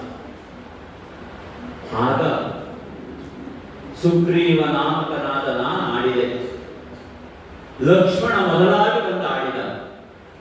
ಶರಣ್ಯ ಶರಣಂತಕ ಆಡಿದ ಮಾತು. ಲೋಕದಲ್ಲಿ ಎಲ್ಲರೂ ರಾಮನನ್ನೇ ಶರಣಾಗತನಾಗುವುದಕ್ಕಿರುವಂತಹ ಪರಮ ಪಾವನ ಸ್ಥಾನ ಅಂತ ಆಡಿದ್ರೆ, ಆ ರಾಮ ಸುಗ್ರೀವನಲ್ಲಿ ಶರಣಾಗತಿಯನ್ನು ಹೊಂದುವುದಕ್ಕೆ ಬಂದಿದ್ದಾನೆ ಅಂತ ಲಕ್ಷ್ಮಣ ಬಂದು ಆಡಿದನಲ್ಲ, ನನಗೆ ಅರ್ಥವಾಗದೆ ಹೋದಸ್ತಿ. ಆಗ ಆಡಿದೆ. ಏನಾಗಿದೆ? ಸೀತೆಯ ಅಪಹರಣ ಆಗಿದೆ. ಯಾರಿಂದ ಆಗಿದೆ? ಸೀತಾಪಹಾರ ಆದದ್ದು ರಾವಣನಿಂದ. ಅದಕ್ಕೆ ದ್ಯೋತಕವಾಗಿ ನಮ್ಮ ಈ ಋಷ್ಯಮುಖದಲ್ಲಿಯೇ ಕೆಲವು ಆಭರಣಗಳು ಸೀತೆಯಿಂದ ಬಿಸುಕಲ್ಪಟ್ಟು ನಮಗೆ ಸಿಕ್ಕಿದ್ದವಲ್ಲ, ಅದನ್ನ ನಾನು ಅವರಿಗೆ ತಲುಪಿಸಿದಾಗ, ಅವರಿಗೆ ಅರ್ಪಣೆ ಮಾಡಿದಾಗ ಅವರಾಡಿದ ಮಾತು. ಲಕ್ಷ್ಮಣನಲ್ಲಿ ಹೇಳಿದನಂತೆ ರಾಮ, ತಮ್ಮ ನೋಡು, ಇದು ನಿನ್ನ ಅತ್ತಿಗೆಯಾದಂತಹ ಜಾನಕಿಯ ಆಭರಣವೇ ನೋಡು ಅಂತ ಹೇಳಿದ್ರೆ, ಲಕ್ಷ್ಮಣನ ನಮ್ಮ ಕಣ್ಣು ಮುಂದೆ ಆಡಿದ. ನೂಪುರೈತು ಬಿಜಾನಾಮಿ ನಿತ್ಯಂ ಪಾದಾಪಿ ಕಂಕಣವಾಗಲಿ ಕೇಯೂರವಾಗಲಿ ನ ಅಭಿಜಾನಾಮಿ, ನನಗೆ ತಿಳಿದಿಲ್ಲ. ಆದರೆ ನೂಪುರೈತು ಅಭಿಜಾನಾಮಿ, ಸ್ವರ್ಣ ನೂಪುರ ಗೆಡ್ಡೆಗಳನ್ನು ನೋಡಿದ್ರೆ ನನಗೆ ಅರ್ಥ ಆಗ್ತಾ ಇದೆ, ಇದು ಸೀತೆಯಂತೆ, ತೆಗೆದಿರಬೇಕು ಅಂತ ಹೇಳಿ ಆಗ ಸೂಕ್ಷ್ಮಗ್ರಾಹಿಯಾದಂತಹ ಹನುಮಂತ ರಾಮ ಮತ್ತು ನನ್ನ ನಡುವೆ ಒಂದು ಸತ್ಯದ ಎತ್ತರಕ್ಕೆ ನಮ್ಮ ಬದುಕನ್ನು ಏರಿಸುವುದಕ್ಕೆ ಅಗ್ನಿಸ್ಥಾಪನೆ ಮಾಡಿದ. ಸತ್ಯಂ ಬಾಹುರೇಶ ಪ್ರಸಾರಿತ ಆವಯೋ ಸತ್ಯಂ ಭವೆ, ನಮ್ಮ ನಡುವೆ ಒಂದು ಸತ್ಯ ಆಗಬೇಕು.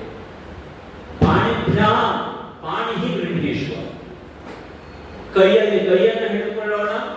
ನಾವು ಈರುವರು ಸ್ನೇಹಿತರಾಗಬೇಕು, ಅಗ್ನಿಸಾಕ್ಷಿಕವಾಗಿ ಸ್ನೇಹಿತರಾಗೋಣ ಎನ್ನುವ ಮಾತನ್ನ ನಾನು ಹೇಳಿದೆ, ರಾಮನು ಒಪ್ಪಿದ. ಹೀಗೆ ಹೇಳುವಾಗ ನಮ್ಮ ಈರುವರ ನಡುವೆ ಸತ್ಯವಾಯಿತು. ಆ ಸತ್ಯಕ್ಕೆ ಕಾರಣ ಏನು? ಈರುವರು ಸಂತ್ರಸ್ತರಾದದ್ದು ಒಂದೇ ವಿಷಯದಲ್ಲಿ, ಪತ್ನಿ ಅಪಹರಣದ ಕಾರಣದಿಂದ. ಬದುಕು ಹಾಗೆ ಅಲ್ವೇ? ಅವರ ಅರ್ಥ ಆದ ಸತ್ಯ. ಇಬ್ಬರು ಯಾವುದೋ ಒಂದೇ ರೀತಿಯ ನೋವನ್ನು ಉಣ್ಣುತ್ತಿದ್ದರೆ ಬದುಕಿನಲ್ಲಿ ಅವರಿಬ್ಬರು ಸಹಜವಾಗಿ ಆ ನೋವಿನ ಕಾರಣದಿಂದಲೇ ಒಂದಾಗುತ್ತಾರೆ. ವಾಲಿಯ ಕಾರಣದಿಂದ ಸುಗ್ರೀವ ನಾನು ಸಂತ್ರಸ್ತ, ರಾವಣನ ಕಾರಣದಿಂದ ರಾಮ ಸಂತ್ರಸ್ತ, ಜಾನಕಿಯ ಅಪಹರಣದ ಕಾರಣದಿಂದ. ಅಂದಿನಿಂದ ತೊಡಗಿದ್ದು ತುಲ್ಯಾದಿ ಮೈತ್ರಿ, ಅಂದರೆ ರಾಮನಿಗೆ ಯಾರು ಮಿತ್ರರೋ ಅವರು ಸುಗ್ರೀವ ನನಗೂ ಮಿತ್ರರು, ರಾಮನಿಗೆ ಯಾರು ಶತ್ರುಗಳೋ ಅವರು ರಾಮನಿಗೆ ಶತ್ರು ಎನ್ನುವ ಕಾರಣಕ್ಕೆ ನನಗೂ ಶತ್ರುಗಳು. ಯಾಕೆ ನಮ್ಮ ನಡುವೆ ಮೈತ್ರಿ ಭಾವ ಇದೆ. ದದಾತಿ ಪ್ರತಿಗೃಹಾತಿ ಗುಹ್ಯ ಮಾಧ್ಯಾದಿ ಪೃಚ್ಛತಿ ಭುಕ್ತೆ ಭೋಜಯತೆ ಜೈವ. ಪ್ರೀತಿ ರಕ್ಷಣ ಸ್ನೇಹ ರಕ್ಷಣ ಹೇಳಿದ ಮಾತು ಸತ್ಯವಾಯಿತು. ಎಲ್ಲ ಕಷ್ಟ ಗೋಟಲೆಗಳನ್ನ ಎಲ್ಲವನ್ನು ನುಗ್ಗುವುದಕ್ಕೆ ಬೇಕಾದ ಸಹಾಯ, ಅದಕ್ಕೆ ಬೇಕಾದಂತಹ ಅನುಕೂಲ, ಎಲ್ಲ ಗೋಪನೀಯವಾದ ರಹಸ್ಯಾತ್ಮಕವಾದ ವಿಚಾರಗಳ ವಿನಿಮಯ, ತನ್ನಲ್ಲೇನಿದೆಯೋ ಅದನ್ನು ವಿನಿಮಯ ಮಾಡಿಕೊಂಡು ಅವನಲ್ಲೇನಿದೆಯೋ ಅದನ್ನು ತಾನು ತೆಗೆದುಕೊಂಡಿರುವುದೇ ಬದುಕಿನ ಸ್ನೇಹದ ಲಕ್ಷಣ. ಸುಗ್ರೀವನ ಅಂತರಂಗಕ್ಕೆ ಅದು ಸ್ನೇಹ ಸಿಂಚನ ಆಯಿತು. ತಂದೆಯವರಿಗೆ ಸ್ನೇಹ ಅಂದ್ರೆ ಏನೆಂಬುದೇ ತಿಳಿಯದ ಸುಗ್ರೀವನಿಗೆ ರಾಮನ ಸ್ನೇಹ ನನಗಾಗ ಅದರ ಮೌಲ್ಯ ಎಷ್ಟು ಅಂತ ಅರ್ಥವಾಗದೆ ಹೋಯಿತು. ಆದ್ರೆ ಯಾವಾಗ ವಾಲಿಯ ಹನನವಾಯಿತು, ಆ ವಾಲಿಯ ಹನನವಾದ ನಂತರದಲ್ಲಿ ವಾಲಿಯು ಪಶ್ಚಾತ್ತಾಪದರ್ಥನಾಗಿ ತನ್ನನ್ನು ಕ್ಷಮಿಸುವಂತ ರಾಮನನ್ನು ಬೇಡಿಕೊಂಡು ಆ ಕಾಲಕ್ಕೆ ಗೊತ್ತಾಯಿತು ರಾಮನ ವ್ಯಾಪ್ತಿ ಎಷ್ಟು ದೊಡ್ಡದು. ನಾನು ಆ ವಾಲಿಯಲ್ಲಿ ನನ್ನ ತಪ್ಪನ್ನು ಕ್ಷಮಿಸಬೇಕು ಅನ್ನುವಂತಹ ಮನಃ ಪರಿವರ್ತನೆ ಆದ ಕಾಲಕ್ಕೆ ಅಣ್ಣ ಹೇಳಿದನಲ್ಲ, ಅಣ್ಣನಿಗೆ ನಾನು ಮಾತು ಕೊಟ್ಟನಲ್ಲ, ಅಂಗದನನ್ನು ನನ್ನ ಮಗನನ್ನಾಗಿ ನೋಡಿಕೊಳ್ಳುತ್ತೇನೆ. ರಾಮನ ಆಗಮನ ಆಗುವ ಪೂರ್ವದಲ್ಲಿದ್ದ ವಾಲಿ ಸುಗ್ರೀವರ ಸ್ವಭಾವ ಏನು, ರಾಮನ ಆಗಮನ ಆದ ಮೇಲೆ ವಾಲಿಯಲ್ಲಿ ಆದಂತಹ ಪರಿವರ್ತನೆಯನ್ನು ಸುಗ್ರೀವನಲ್ಲಾದ ಪರಿವರ್ತನೆ ಏನು? ಹಾಗಾದರೆ ರಾಮ ಯಾರು ಅಂತ ಒಂದೇ ನನ್ನ ಅರ್ಥ ಆಗಿ ಹೋಯಿತು. ರಾಮನನ್ನು ಅಲ್ಲಿಯವರೆಗೆ ಬೇರೆ ಬೇರೆ ರೀತಿಯಲ್ಲಿ ಪರೀಕ್ಷೆ ಮಾಡಿದ್ದೆ. ದುಂದುಭಿಯ ಆ ಏನು ಅಸ್ಥಿ ಪಂಜರ ಇತ್ತು ಅದನ್ನ ಸಪ್ತ ತಾಳ ವೃಕ್ಷಗಳ ಛೇದನವನ್ನೆಲ್ಲ ಪರೀಕ್ಷೆ ಮಾಡಿ ಅವನ ಜೊತೆಯಲ್ಲಿ. ಆದ್ರೆ ರಾಮ ಆ ಪರೀಕ್ಷೆಯನ್ನು ಆತ ಸಂದೇಹ ಭಾವದಿಂದ ನೋಡಿದ. ಪ್ರಾಯ ಗೆಳೆತನದಲ್ಲಿ ಬಹಳ ಮುಖ್ಯವಾದದ್ದು ಅಸಂದೇಹದ ಸಂದೇಹ ರಾಹಿತ್ಯವೇ ಗೆಳೆತನಕ್ಕೆ ಬಹಳ ಮುಖ್ಯ ಅಂತ ತೋರಿಕೊಟ್ಟ ರಾಮ. ನನ್ನ ಬದುಕನ್ನು ಅಲ್ಲಿಯವರೆಗೆ ಆವರಿಸಿಕೊಂಡಿದ್ದು ಕಾಮವಾಗಿತ್ತು, ಅದು ರಾಮ ಆವರಿಸಿಕೊಂಡು. ಅಲ್ಲಿಯವರೆಗೆ ಕಿಷ್ಕಿಂಧೆಯನ್ನು ಆವರಿಸಿಕೊಂಡಿದ್ದು ಕ್ರೋಧವಾಗಿತ್ತು. ಆದರೆ ಅಂದು ರಾಮನ ಸಖ್ಯವಾಗಿ ವಾಲಿಯ ಹನನವಾಗಿ ವಾಲಿಯು ಪಶ್ಚಾತ್ತಾಪದಿಂದ ತನ್ನನ್ನು ಕ್ಷಮಿಸುವಂತ ಹೇಳಿದ ನಂತರದಲ್ಲಿ ಕ್ರೋಧದ ವೈರುಧ್ಯವಾದ ಶಾಂತಿ ಸ್ಥಾಪಿತವಾಯಿತು. ಸತ್ಯವೇನು ಆಯಿತು, ಸತ್ಯವನ್ನು ಒಪ್ಪಿಕೊಂಡದ್ದು ಆಯಿತು. ಒಪ್ಪಿಕೊಂಡಂತಹ ಸತ್ಯದಲ್ಲಿ ರಾಮನ ಕಾರ್ಯಕ್ಕೆ ಸಮಗ್ರವಾದಂತಹ ಕಪಿಸೈನ್ಯ ಹೋಗಬೇಕು. ಕೆಲವು ಸಮಯವನ್ನು ರಾಮ ಕೊಟ್ಟಿದ್ದ. ನೋಡು, ವಾಲಿಯ ಹನನ ಆಯಿತು, ನೀನು ಸ್ವಲ್ಪ ದಿವಸ ವಿಶ್ರಾಂತಿಯನ್ನು ತೆಗೆದುಕೊಂಡು ಮತ್ತೆ ಬಂದು ನನಗೆ ಸಹಾಯ ಮಾಡಬೇಕು ಅಂತ ಹೇಳಿದ. ಸಹಾಯ ಮಾಡಬೇಕಾದ ಸುಗ್ರೀವ ಏನು ಮಾಡಿದ ಅಂತ ಇವತ್ತು ನಾನು ನೆನಪು ಮಾಡಿಕೊಳ್ಬೇಕು. ಸಹಾಯ ಮೈತ್ರಿ ಭಾವದಲ್ಲಿ ಒಟ್ಟಾದಂತಹ ನಮಗೆ ಆ ಮಿತ್ರತೆಯನ್ನು ಮರೆತು ಬಿಟ್ಟನಲ್ಲ ಒಂದು ಕಾಲಕ್ಕೆ. ನಾನು ರಾಮನನ್ನು ನಿರೀಕ್ಷೆ ಮಾಡ್ತಾ ಇದ್ದ, ಕಿಷ್ಕಿಂಧೆಯನ್ನೇ ನಿರೀಕ್ಷೆ ಮಾಡಿ ಕಿಷ್ಕಿಂಧೆಯ ಹೊರಾವರಣದಲ್ಲಿದ್ದ. ಬಹಳ ಕಾಲದ ನಂತರ ಋಮೆಯನ್ನು ಸೇರಿದ್ದಾನೆ ಎನ್ನುವ ಕಾರಣಕ್ಕೆ ನನ್ನನ್ನು ಕೆಲವು ದಿವಸದ ಕಾಲಕ್ಕೆ ನೀನು ಹಾಗೆ ಇರು, ಮತ್ತೆ ಬಂದು ಸೇರಿಕೊ, ಮತ್ತೆ ನಾವು ಮುಂದೆ ಹೋಗೋಣ ಅಂತ ಹೇಳಿದ್ದನ್ನು ನಾನು ನಿಜಾರ್ಥದಲ್ಲಿ ದುರುಪಯೋಗಪಡಿಸಿಕೊಂಡಿದ್ದೆ. ಹೇಗೆ? ವಾಲಿಯ ಹನನದಲ್ಲಿ ನಾನೇ ಪಾತ್ರಧಾರೆಯಾಗಿದ್ರೆ ಮತ್ತೊಬ್ಬ ವಾಲಿಯಾಗಿಯೇ ನಾನು ತಾರೆಯಲ್ಲಿ ವ್ಯವಹರಿಸುವುದನ್ನು ಆರಂಭ ಮಾಡಿದ್ದೆ. ನನ್ನ ಬದುಕು ರಾಮಾವರಣದಿಂದ ಕಾಮ ಹೋಯಿತು ಅಂತ ಅಂದ್ಕೊಂಡ್ರೆ, ಯಾವಾಗ ರಾಮನ ಆವರಣದಿಂದ ಹೊರಗಡೆ ಒಂದು ಕಿಷ್ಕಿಂಧೆಯ ಆಧಿಪತ್ಯಕ್ಕೆ ನಾನು ಬಿಡುತ್ತೋ ಮತ್ತೆ ಕಾಮದಿಂದ ಮೋಹಿತನಾದೆ. ಎಷ್ಟೋ ದಿವಸಗಳವರೆಗೆ ಇವತ್ತಿಗೆ ಆಡಬಾರದು, ಆದ್ರೂ ಅಂತರಂಗವನ್ನು ಬಿಚ್ಚಿಡಬೇಕು ಅಂತಾಗಲು ಆಡಬಾರ್ದೆ. ಇನ್ಯಾವಾಗ ಆಡುವುದು? ಸುಗ್ರೀವನ ಅಂತರಂಗ ಅಲ್ವೇ ಗೊತ್ತಾಗಬೇಕು. ನನ್ನೊಳಗೆ ನಾನು ಈಗಲೂ ಅಂತರಂಗವನ್ನು ತೆಗೆದಿಡಲು ಹೋದರೆ ಇನ್ಯಾವಾಗ ಸುಗ್ರೀವನ ಅಂತರಂಗದ ಬಿಚ್ಚಿಡುವುದಕ್ಕಾಗ್ತದೆ? ಇವತ್ತು ಬಿಚ್ಚಿಡದೆ ಹೋದ್ರೆ ಇನ್ನು ಶಾಶ್ವತ ಅದಕ್ಕೆ ಬಾಗಿಲು ಭದ್ರವಾಗಿ ಮುಚ್ಚಿಟ್ಟಲ್ಪಡ್ತದೆ ಎನ್ನುವುದೇ ಅರ್ಥ. ಯಾಕೆ? ಬಿಚ್ಚಿಡುವ ಕೈಂಕರ್ಯಕ್ಕೆ ತೊಡಗಿದ್ದೇನೆ ನಾನಿವತ್ತು. ಬಿಚ್ಚಿಡುವ ಕೈಂಕರ್ಯಕ್ಕೆ ರಾಮ ತೊಡಗಿಸಿದ್ದಾನಿವತ್ತು. ರಾಮ ತೊಡಗಿಸಿದಾಗ ಬಿಚ್ಚಿಡದೆ ಹೋದ್ರೆ ಮತ್ತೆ ಬದುಕಿನಲ್ಲಿ ನಾನು ನನ್ನೊಳಗೆ ಕೃತಜ್ಞನಾಗ್ತೇನೆ, ಆತ್ಮ ಕೃತಜ್ಞತೆಗೆ ಪಾತ್ರನಾಗ್ತೇನೆ.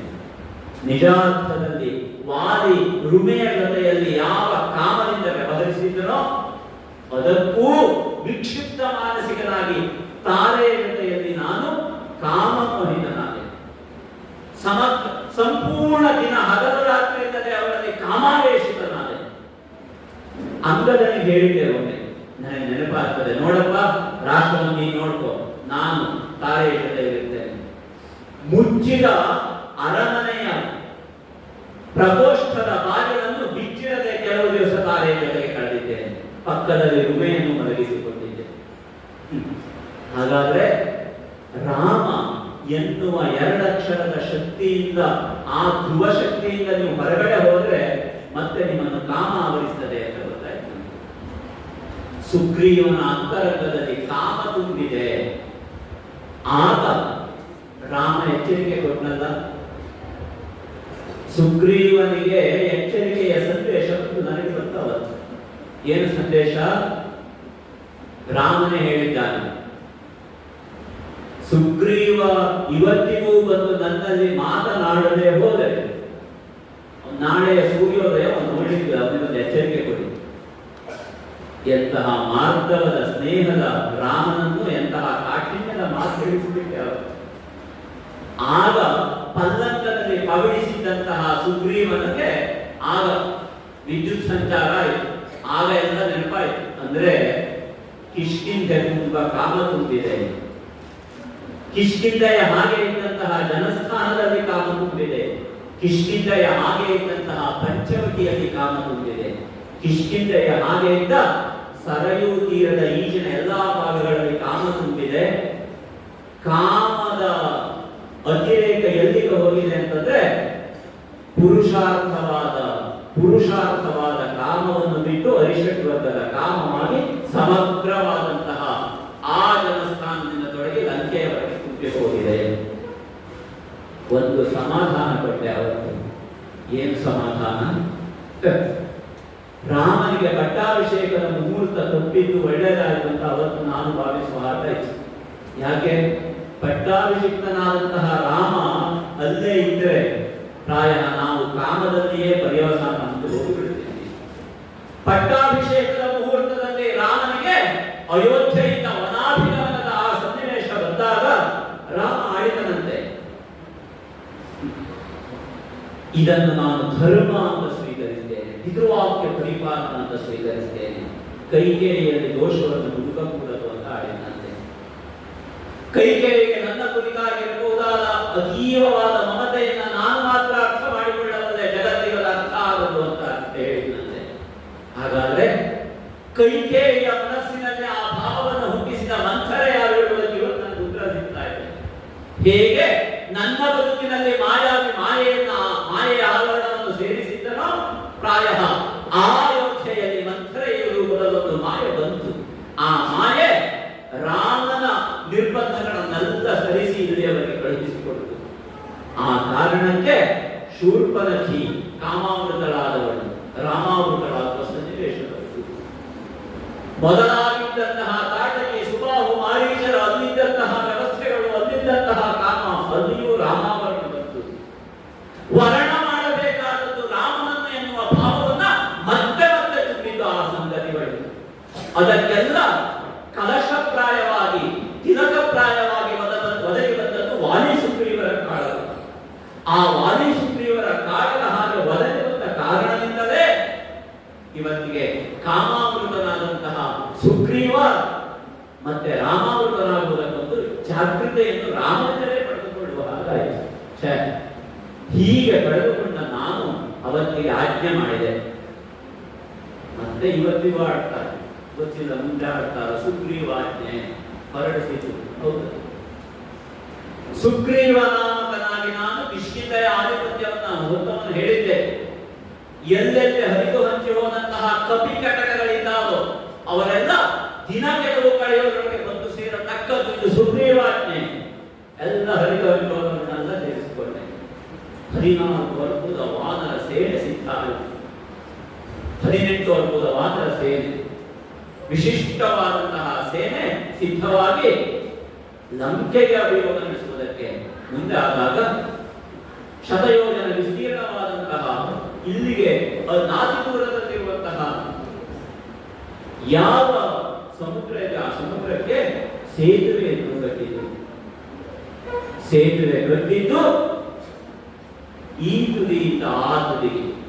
ಒಂದು ಅರ್ಥದಲ್ಲಿ ವಾಲಿ ಸುಗ್ರೀವ ನಾಮಕರಾದಂತಹ ಇಲ್ಲಿದ್ದಂತಹ ಹರಿಷಡ್ವರ್ಗದ ಕಾಮದಿಂದ ಲಂಕೆಯಲ್ಲಿದ್ದಂತಹ ಹರಿಷಡ್ವರ್ಗದ ಕಾಮರೂಪಿಯಾದ ರಾವಣನಿಗೆ ಒಂದು ಸೇತುವೆ ಕಟ್ಟಲ್ಪಟ್ಟಿತು. ಸೇತುವೆ ಮೇಲೆ ಹೋದವರು ಯಾರು? ಎಲ್ಲ ಕವಿನಾಯಕರು, ನಾವುಗಳೇ ಹೋದರು. ಸುಗ್ರೀವ, ಅಂಗದ, ಸುಷೇಣ, ಜಾಂಬವಂತ, ನಳ, ನೀಲ ಇತ್ಯಾದಿ ಇತ್ಯಾದಿಯಾಗಿ ಅನೇಕ ಕವಿನಾಯಕರು ನಾವೆಲ್ಲ ಸೇರಿ ರಾಮ ಕಾರ್ಯದಲ್ಲಿ ಸಹಾಯ ಮಾಡಿದ್ದೇವೆ. ರಾಮ ಕಾರ್ಯದಲ್ಲಿ ಸಹಾಯ ಮಾಡಿದ ದಿವಸ ನಮಗೊಂದು ಸಮಾಧಾನದ, ಯಾರೂ ನಿರ್ಮಿಸಲಿಕ್ಕಾದಂತಹ ಸೇತು ನಿರ್ಮಾಣ ಆಯಿತು. ಮೊದಲದು ವಾನರ ಸೇತು ಅಂತ ಹೇಳಲ್ಪಡುತ್ತೆ. ಆದರೆ ನಾವು ಆಡಿದೆವು ಇದು ವಾನರ ಸೇತು ಅಲ್ಲ, ಇದು ರಾಮ ಸೇತು ಅಂತ ಆಡಿದೆವು. ಸೇತು ಬಂಧನ ಆದದ್ದು ಎಲ್ಲಿಂದ? ರಾಮನಿಂದ ಕಾಮಕ್ಕೆ, ಕಾಮದಿಂದ ರಾಮಕ್ಕೆ. ಈ ಸೇತು ಬಂಧನ ಯಾಕೆ ಬೇಕು? ಬದುಕೇ ಹಾಗೆ. ಬದುಕಿನಲ್ಲಿ ಧರ್ಮ ಸೇತುವನ್ನು ಕುಸಿದು ಹೋಯಿತು ಅಂತಾದ್ರೆ ಆಗ ಕಾಮಾದಿ ಅರಿಷಡ್ವರ್ಗಗಳ ಭಾವ ಜಾಗೃತವಾಗುತ್ತದೆ. ಕಾಮದಿಂದ ಕ್ರೋಧ, ಲೋಭ, ಮೋಹ, ಮದ, ಮತ್ಸರ ಅದು ಅರಿಷಡ್ವರ್ಗದ ಕಾಮದ ರೂಪವನ್ನು ಪಡೆದುಕೊಳ್ಳುತ್ತದೆ. ಹಾಗಾಗಿ ಆ ಸೇತುವಿನಿಂದ ಮುಕ್ತರಾಗಿ ಧರ್ಮ ಸೇತು ನಿರ್ಮಾಣ ಆಗಬೇಕು ಎನ್ನುವುದು ರಾಮ ಸಂಕಲ್ಪವಾಯಿತು. ಹಾಗಾಗಿ ರಾಮ ಸೇತು ನಿರ್ಮಾಣ ಆಗಿ ಅದರ ಮೇಲೆ ನಾವೆಲ್ಲ ಹೋದೆವು. ಸಮಗ್ರ ವಾನರ ಸೇನೆ, ನನ್ನನ್ನು ಸೇರಿದಂತೆ ಸಮಗ್ರ ವಾನರ ಸೇನೆ ರಾಮ ಲಕ್ಷ್ಮಣರಿಗೆ ಸಹಾಯ ಮಾಡಿತು. ಇದರ ಪರಿಣಾಮವಾಗಿ ರಾವಣ ವಧೆಗೂ ಕಾರಣ ಆಯಿತು. ರಾವಣನ ಹನನವಾಯಿತು. ರಾವಣನ ಹನನವಾಗಿ ಹನನವಾಗುವ ಸನ್ನಿವೇಶದಲ್ಲಿ ಪೂರ್ವದಲ್ಲಿಯೇ ಹೇಳಿದ ಮಾತಿನ ಅನುಗುಣವಾಗಿ ವಿಭೀಷಣನಿಗೆ ಪಟ್ಟಾಭಿಷೇಕದ ಸಿದ್ಧತೆ ಆಗಿ ವಿಭೀಷಣನಿಗೆ ಲಕ್ಷ್ಮಣನಿಂದ ಪಟ್ಟಾಭಿಷೇಕವನ್ನು ರಾಮ ಮಾಡಿಸಿದ. ಹೀಗೆ ವಿಭೀಷಣನಿಗೆ ಪಟ್ಟಾಭಿಷೇಕ ಆದ ಮೇಲೆ ಅಲ್ಲಿಂದ ಯಾವ ಪುಷ್ಪಕ ವಿಮಾನದಲ್ಲಿ ರಾವಣ ಸೀತೆಯನ್ನು ಅಪಹರಿಸಿಕೊಂಡು ಕರೆದುಕೊಂಡು ಹೋಗಿದ್ದ, ಮಾಯಾಮೃಗೇಣ ತವ ಮೈಥಿಲಿ ವಂಚಿತಾಯ ಶಾಖಾಮೃಗೇಣ ಪುನರಾಗತಿರಿತ್ಯಯುಕ್ತಂ ಏಷಾ ಕಥಾ ವಿಭವನಾಮಿತತಾ ಯಸ್ಯ ಕಾ ನಾಮ ರಾಮಧನುಷ ಪ್ರತಿಭಾ ಪ್ರಶಸ್ತಿ. ಸೀತೆ ನಮ್ಮ ಹನುಮಂತನಲ್ಲಿ ಹೇಳಿದ ಮಾತು. ಮಾಯಾಮೃಗದಿಂದ ವಂಚಿತರಾದ ಸೀತೆಯನ್ನು ರಾವಣ ಕರೆದುಕೊಂಡು ಹೋದ. ಹನುಮಂತ ಹೇಳಿದ, ನನ್ನ ಹೆಗಲ ಮೇಲೆ ಕುಳಿತುಕ ತಾಯಿ ನಾನು ಕಳೆದುಕೊಂಡು ಹೋಗ್ತೇನೆ. ಆಗ ಏನ್ ಹೇಳಿದ್ರು ಸೀತೆ? ಶಾಖಾಮೃಗೇಣ ಪುನರಾಗತಿಗೆ ಅಯುಕ್ತಂ.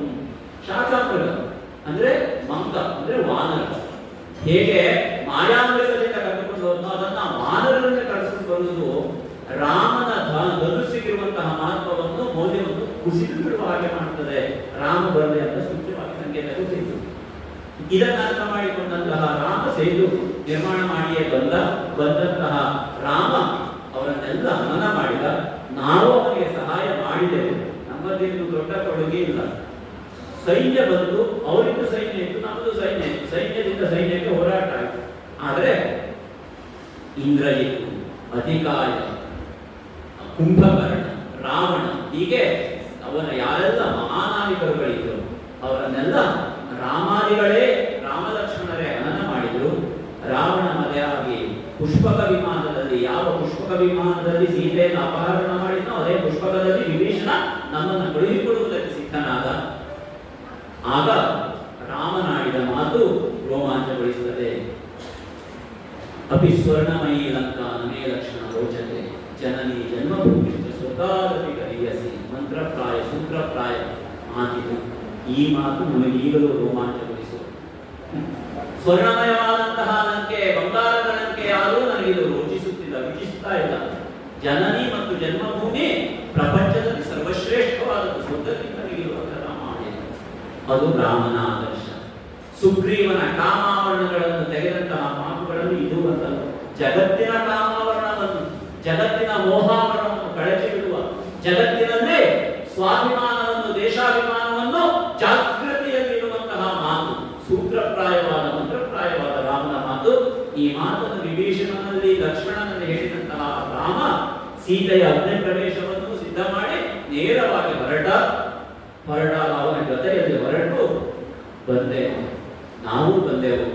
ರಾಮನ ಸಂಪೂರ್ಣವಾದಂತಹ ಮರ್ಯಾದಾ ಪುರುಷೋತ್ತಮ ಎನ್ನುವಂತಹ ಯಾವ ವಾದನ ಬಿರುದಿತ್ತು, ಆ ಬಿರುದಿನನುಗುಣವಾಗಿ ರಾಮನಿಗೆ ಪುನಃ ಪಟ್ಟಾಭಿಷೇಕ ಆಯಿತು. ರಾಮನ ಪಟ್ಟಾಭಿಷೇಕ ಆಯಿತು ಅಂದು ನಾವು ನೆನಪು ಮಾಡಿಕೊಂಡಿದ್ದೆವು. ವಸಿಷ್ಠರು ಯಾವುದಕ್ಕೆ ಮುಹೂರ್ತ ಇಟ್ಟಿದ್ದು? ದಶರಥನಲ್ಲಿ. ದಶರಥನಿಗೆ ಗೊತ್ತಾಗ್ತೇವೆ ಮತ್ತೊಂದು ಮಾಹಿತಿ. ವಸಿಷ್ಠರು ನಾಳೆಯೇ ರಾಮನಿಗೆ ಪಟ್ಟಾಭಿಷೇಕ ಆಗಬೇಕು ಅಂತ ಹೇಳಿದ್ರು. ಯಾಕೆ ಅಂತ ಅರ್ಥ ಆಯಿತು. ರಾಮನಿಗೆ ಪಟ್ಟಾಭಿಷೇಕ ಯಾಕೆ ಆಗಬೇಕು ಅಂತಂದ್ರೆ ಅದು ಲೋಕ ಎಲ್ಲ ಕಾಮ ಪಟ್ಟಾಭಿಷೇಕದಲ್ಲಿ, ಅದನ್ನ ಮೀರಿ ರಾಮ ಪಟ್ಟಾಭಿಷೇಕಕ್ಕೆ ಬರಬೇಕು ಎಂಬುದೇ ಅಂತ ಗೊತ್ತಾಯಿತು. ಹೀಗೆ ಪುನಃ ಪಟ್ಟಾಭಿಷಿಕ್ತನಾದ ರಾಮ ವಾಮೇ ಭೂಮಿಸುತ, ತನ್ನ ಎಡದಲ್ಲಿ ಭೂಮಿಸುತೆಯಾದ ಸೀತೆ, ಪಶ್ಚಾತ್ ಸುಮಿತ್ರಾಸುತ, ಮುಂಭಾಗದಲ್ಲಿ ಸುಮಿತ್ರೆಯ ಮಗನಾದಂತಹ ಲಕ್ಷ್ಮಣ, ವಾಮೇ ಭೂಮಿಸುತ ಪುರಶ್ಚ ಹನುಮಾನ್, ಮುಂದಿನದೇ ಹನುಮಂತ, ಪಶ್ಚಾತ್ ಸುಮಿತ್ರಾಸುತ, ತನ್ನ ಹಿಂದುಗಡೆಯಲ್ಲಿ ಅವನ ಮನುಜನಾದಂತಹ ಲಕ್ಷ್ಮಣ, ಶತ್ರುಘ್ನಶ್ಚ ಭರತಶ್ಚ ವಾಯುವಾದಿಕೋಣೇಶು ಚ, ಅವನ ಇಕ್ಕೆಲಗಳಲ್ಲಿ ಇರಬಹುದಾದವರು ಅವನ ತಮ್ಮಂದಿರಾದಂತಹ ಭರತ ಶತ್ರುಘ್ನರು. ಎಷ್ಟು ಚಂದ ಈ ರಾಮನ ಚಿತ್ರ. ಸಂಪೂರ್ಣವಾದಂತಹ ಜಗತ್ತು ಸದಾ ನೆನಪಿಡಬೇಕಾದ ಭಾವಚಿತ್ರ ಯಾವುದು ಅಂತಂದ್ರೆ ಮಧ್ಯೆ ನೀಲ ಸರೋಜ ಕೋಮಲ ರುಚಿಂ ರಾಮಂ ಭಜೆ ಶ್ಯಾಮಂ. ನೀಲ ಸರೋಜ ಕೋಮಲ ರುಚಿಯಾದಂತಹ ನೀಲಕಮಲದಂತೆ, ಕನ್ನೈತಿದೆಯಂತೆ ಕಪ್ಪಾದಂತಹ ಮುಖಾವರಣದಲ್ಲಿ ಬಿಡಿದಾದ ತಾವರೆಯಂತೆ ಕಾಣುವಂತಹ ಹೊಂಬಣ್ಣದ ಕಣ್ಣುಗಳಿಂದ ಕೂಡಿದಂತಹ ಮನೋಹರ ಮೂರ್ತಿಯಾದಂತಹ ನಸು ಕೆಂಪಿನ ಆ ರಾಮನ ಶ್ಯಾಮಲ ಸ್ವರೂಪದ ಆ ಭಾವ ತುಂಬಿಕೊಳ್ಳಬೇಕು. ಇದೊಂದು ಭಾವಚಿತ್ರ. ಇದು ಈ ಆರ್ಯಾವರ್ತದ ಬಹಳ ದೊಡ್ಡ ಚಿತ್ರ. ಬದುಕನ್ನು ಕಾಲ ಕಳೆದಂತೆ ಮತ್ತೆ ದೃಢಪಡಿಸುವಂತಹ ಸ್ವಭಾವ ಚಿತ್ರ, ಪ್ರಭಾವ ಚಿತ್ರ. ನಮ್ಮ ಬದುಕನ್ನು ಅನುಭವಕ್ಕೆ ಹಚ್ಚಬಹುದಾದ ಚಿತ್ರ. ಈ ಚಿತ್ರದಲ್ಲಿ ನಮಗೂ 2 ಸ್ಥಾನ ಕೊಟ್ಟನಲ್ಲ ರಾಮ. ಇಲ್ಲ ಅಂತಾದ್ರೆ ಸುಗ್ರೀವನಲ್ಲಿ ವಿಭೀಷಣನಲ್ಲಿ.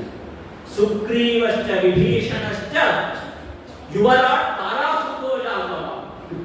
ಸುಗ್ರೀವ, ವಿಭೀಷಣ, ತಾರಾಸುತನಾದಂತಹ ಅಂಗದ ಜಾಂಬವಂತ, ಇವರಿಗೂ 4 ಅವಕಾಶ ಕೊಟ್ಟನಲ್ಲ ಭಾವಚಿತ್ರದಲ್ಲಿ.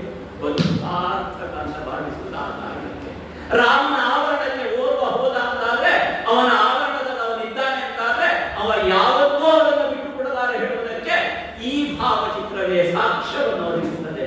ಈ ತ್ರೇತೆಯಲ್ಲ, ದ್ವಾಪರ ಅಲ್ಲ, ಕಲಿಯಲ್ಲ, ಕೋಟಿ ಕೋಟಿ ಯುಗಗಳು ಕಳೆದರೂ ಈ ಮಣ್ಣಿನ ಸೊಗಡು ಇರುವವರೆಗೆ ಈ ಚಿತ್ರಕ್ಕೆ ನಿರ್ಯಾಣವಿಲ್ಲ.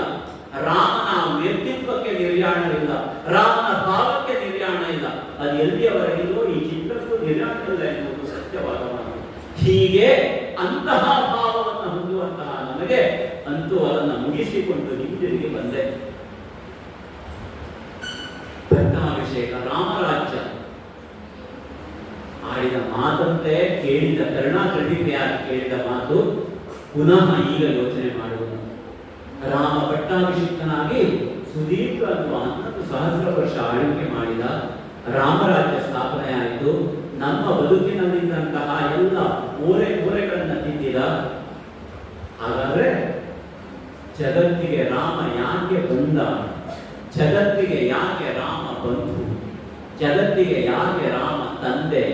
ಜಗತ್ತಿಗೆ ಯಾಕೆ ರಾಮನನ್ನು ಎಲ್ಲ ದೇವಾದೇವತೆಗಳು ತಂದೆಯಾಗಿ ಕಂಡು ಬಾ ಬಂಧು ಅಂತ ಕರೆದು ಅಂತಂದ್ರೆ ಒಂದೇ ಕಾರಣಕ್ಕೆ. ಸಮಗ್ರವಾದ ತ್ರೇತೆಯ ಕಾಲ ಅರಿಷಟ್ ವರ್ಗದಿಂದ ವ್ಯಾಪಕವಾಗಿತ್ತು. ಪರಶುರಾಮಾದಿಗಳ ಭಾವದಲ್ಲಿ ಕ್ಷತ್ರಿಯತ್ವ ಎನ್ನುವುದು ಮಟ್ಟದ ಮಲಗಿ ಹೋಗಿತ್ತು. ಎಲ್ಲ ವರ್ಣ ಸಾಂಕರ್ಯ, ಬದುಕಿನ ಸಾಂಕರ್ಯ, ಆ ಜೊತೆಯಲ್ಲಿರುವ ಭಾವ ಸಾಂಕರ್ಯ, ಇವುಗಳನ್ನೆಲ್ಲ ಸಮತೋಲನಗೊಳಿಸುವುದಕ್ಕೆ ಬಂದ ರಾಮ ನಮಗೆ ಆದರ್ಶವಲ್ಲದೇ ಇದೆ. ಅಂತಹ ರಾಮಾದರ್ಶದಲ್ಲಿ ಜಗತ್ತಿನಲ್ಲಿದ್ದ ಶೂರ್ಪನಖಿ, ತಾಟಕಿ, ರಾವಣ, ವಾಲಿ, ಇಂತಹ ಗೌತಮ ಮಹರ್ಷಿಗಳ ಪತ್ನಿಯಾದಂತಹ ಅಹಲ್ಯೆಯ ಶಾಪಕ್ಕೆ ಕಾರಣವಾದಂತಹ ಇಂದ್ರ, ಈ ಎಲ್ಲ ಶಕ್ತಿಗಳಿಗೂ ಒಂದೇ ಒಂದು ದಿವ್ಯ ಔಷಧ ಯಾವುದು ಅಂತಂದ್ರೆ ರಾಮ. ಹಾಗಾದ್ರೆ ಈ ವೇದ ಒಂದೇ ಅಲ್ವಲ್ಲ ರಾಮ ದಿವ್ಯ ಔಷಧ. ಈ ಜಗತ್ತಿರುವವರೆಗೆ ಯಾವ ಹಾಸ್ಯತೆಗಿರಲ್ಲ ತಾವತ್ ರಾಮಾಯಣಿ ಕಥಾ. ಈ ಜಗತ್ತಿರುವವರೆಗೆ ರಾಮ ಇರ್ತಾನೆ ಎನ್ನುವುದು ಇದರಿಂದ ಸಿದ್ಧವಾಗ್ತಾ ಇದೆ. ಅಂತಹ ರಾಮ ಸರಿಯೂ ತೀರಕ್ಕೆ ಬಂದಿದ್ದಾನೆ. ರಾಮನನ್ನು ನಾನು ಸಂದರ್ಶನ ಮಾಡಬೇಕು ಅಂತ ಅಂದ್ಕೊಂಡು ಲಕ್ಷ್ಮಣನ ದೇಹತ್ಯಾಗ ಆಯಿತು. ಊರ್ಮಿಳೆಯು ಸರಿದೋದು ಅಂತ ನಮ್ಮ ಹನುಮಂತ ಹೇಳಿದ್ರಲ್ಲ. ಲಕ್ಷ್ಮಣ ನದಿಯ ಒಳಗೆ ಇಳಿದಂತಹ ಸಂದರ್ಭಕ್ಕೆ ಶೇಷನಾಗಿ ಬಂದ. ಆ ಶೇಷನ ಜೊತೆಯಲ್ಲಿಯೇ ಊರ್ಮಿಳೆಯನ್ನ ಸುಳಿಯಾಗಿ ಸಿಲುಕಿಕೊಂಡು ಕಣ್ಮರೆಯಾಗಿ ಹೋದ ಎನ್ನುವ ಕಥೆಯನ್ನು ಕೇಳಿದ್ರಲ್ಲ.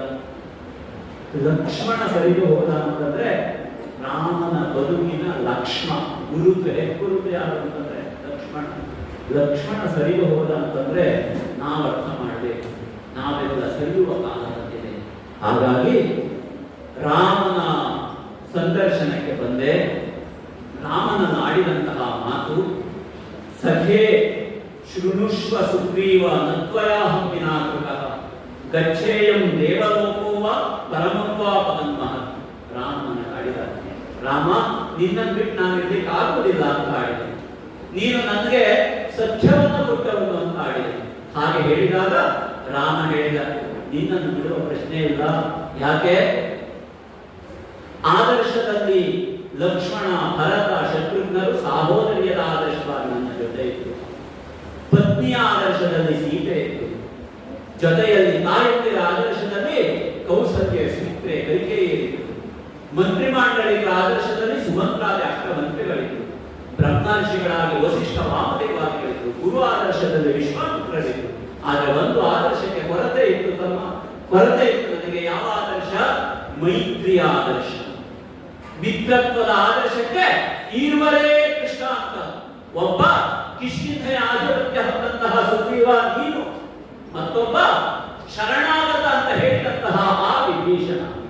ಈರುವರೆ ಆದರ್ಶ ಒಬ್ಬ ಮೈತ್ರಿಗೆ ಈ ಕಾಲಘಟ್ಟಕ್ಕೆ ಅಂತ ಆಡುವಾಗ ಕುಸಿದು ಪಾತಾಳವನ್ನು ಕುರಿತ ಅನುಭವ.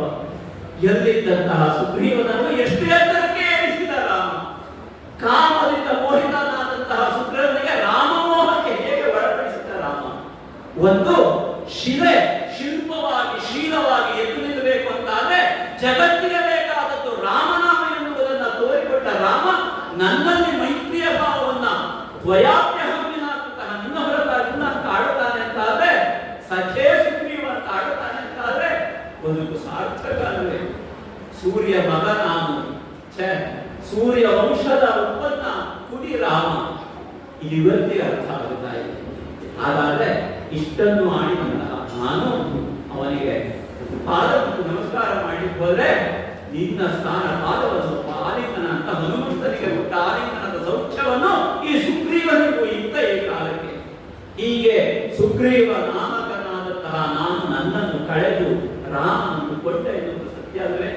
ಹೀಗೆ ಕಳೆದುಕೊಂಡಂತಹ ನನಗೆ ಆಜ್ಞೆ ಆಗಿದೆ. ನನಗಲ್ಲ, ಸಮಗ್ರವಾದ ಅಯೋಧ್ಯೆಗೆ ಆಜ್ಞೆ ಮಾಡಿದ್ದಾನೆ ರಾಮ.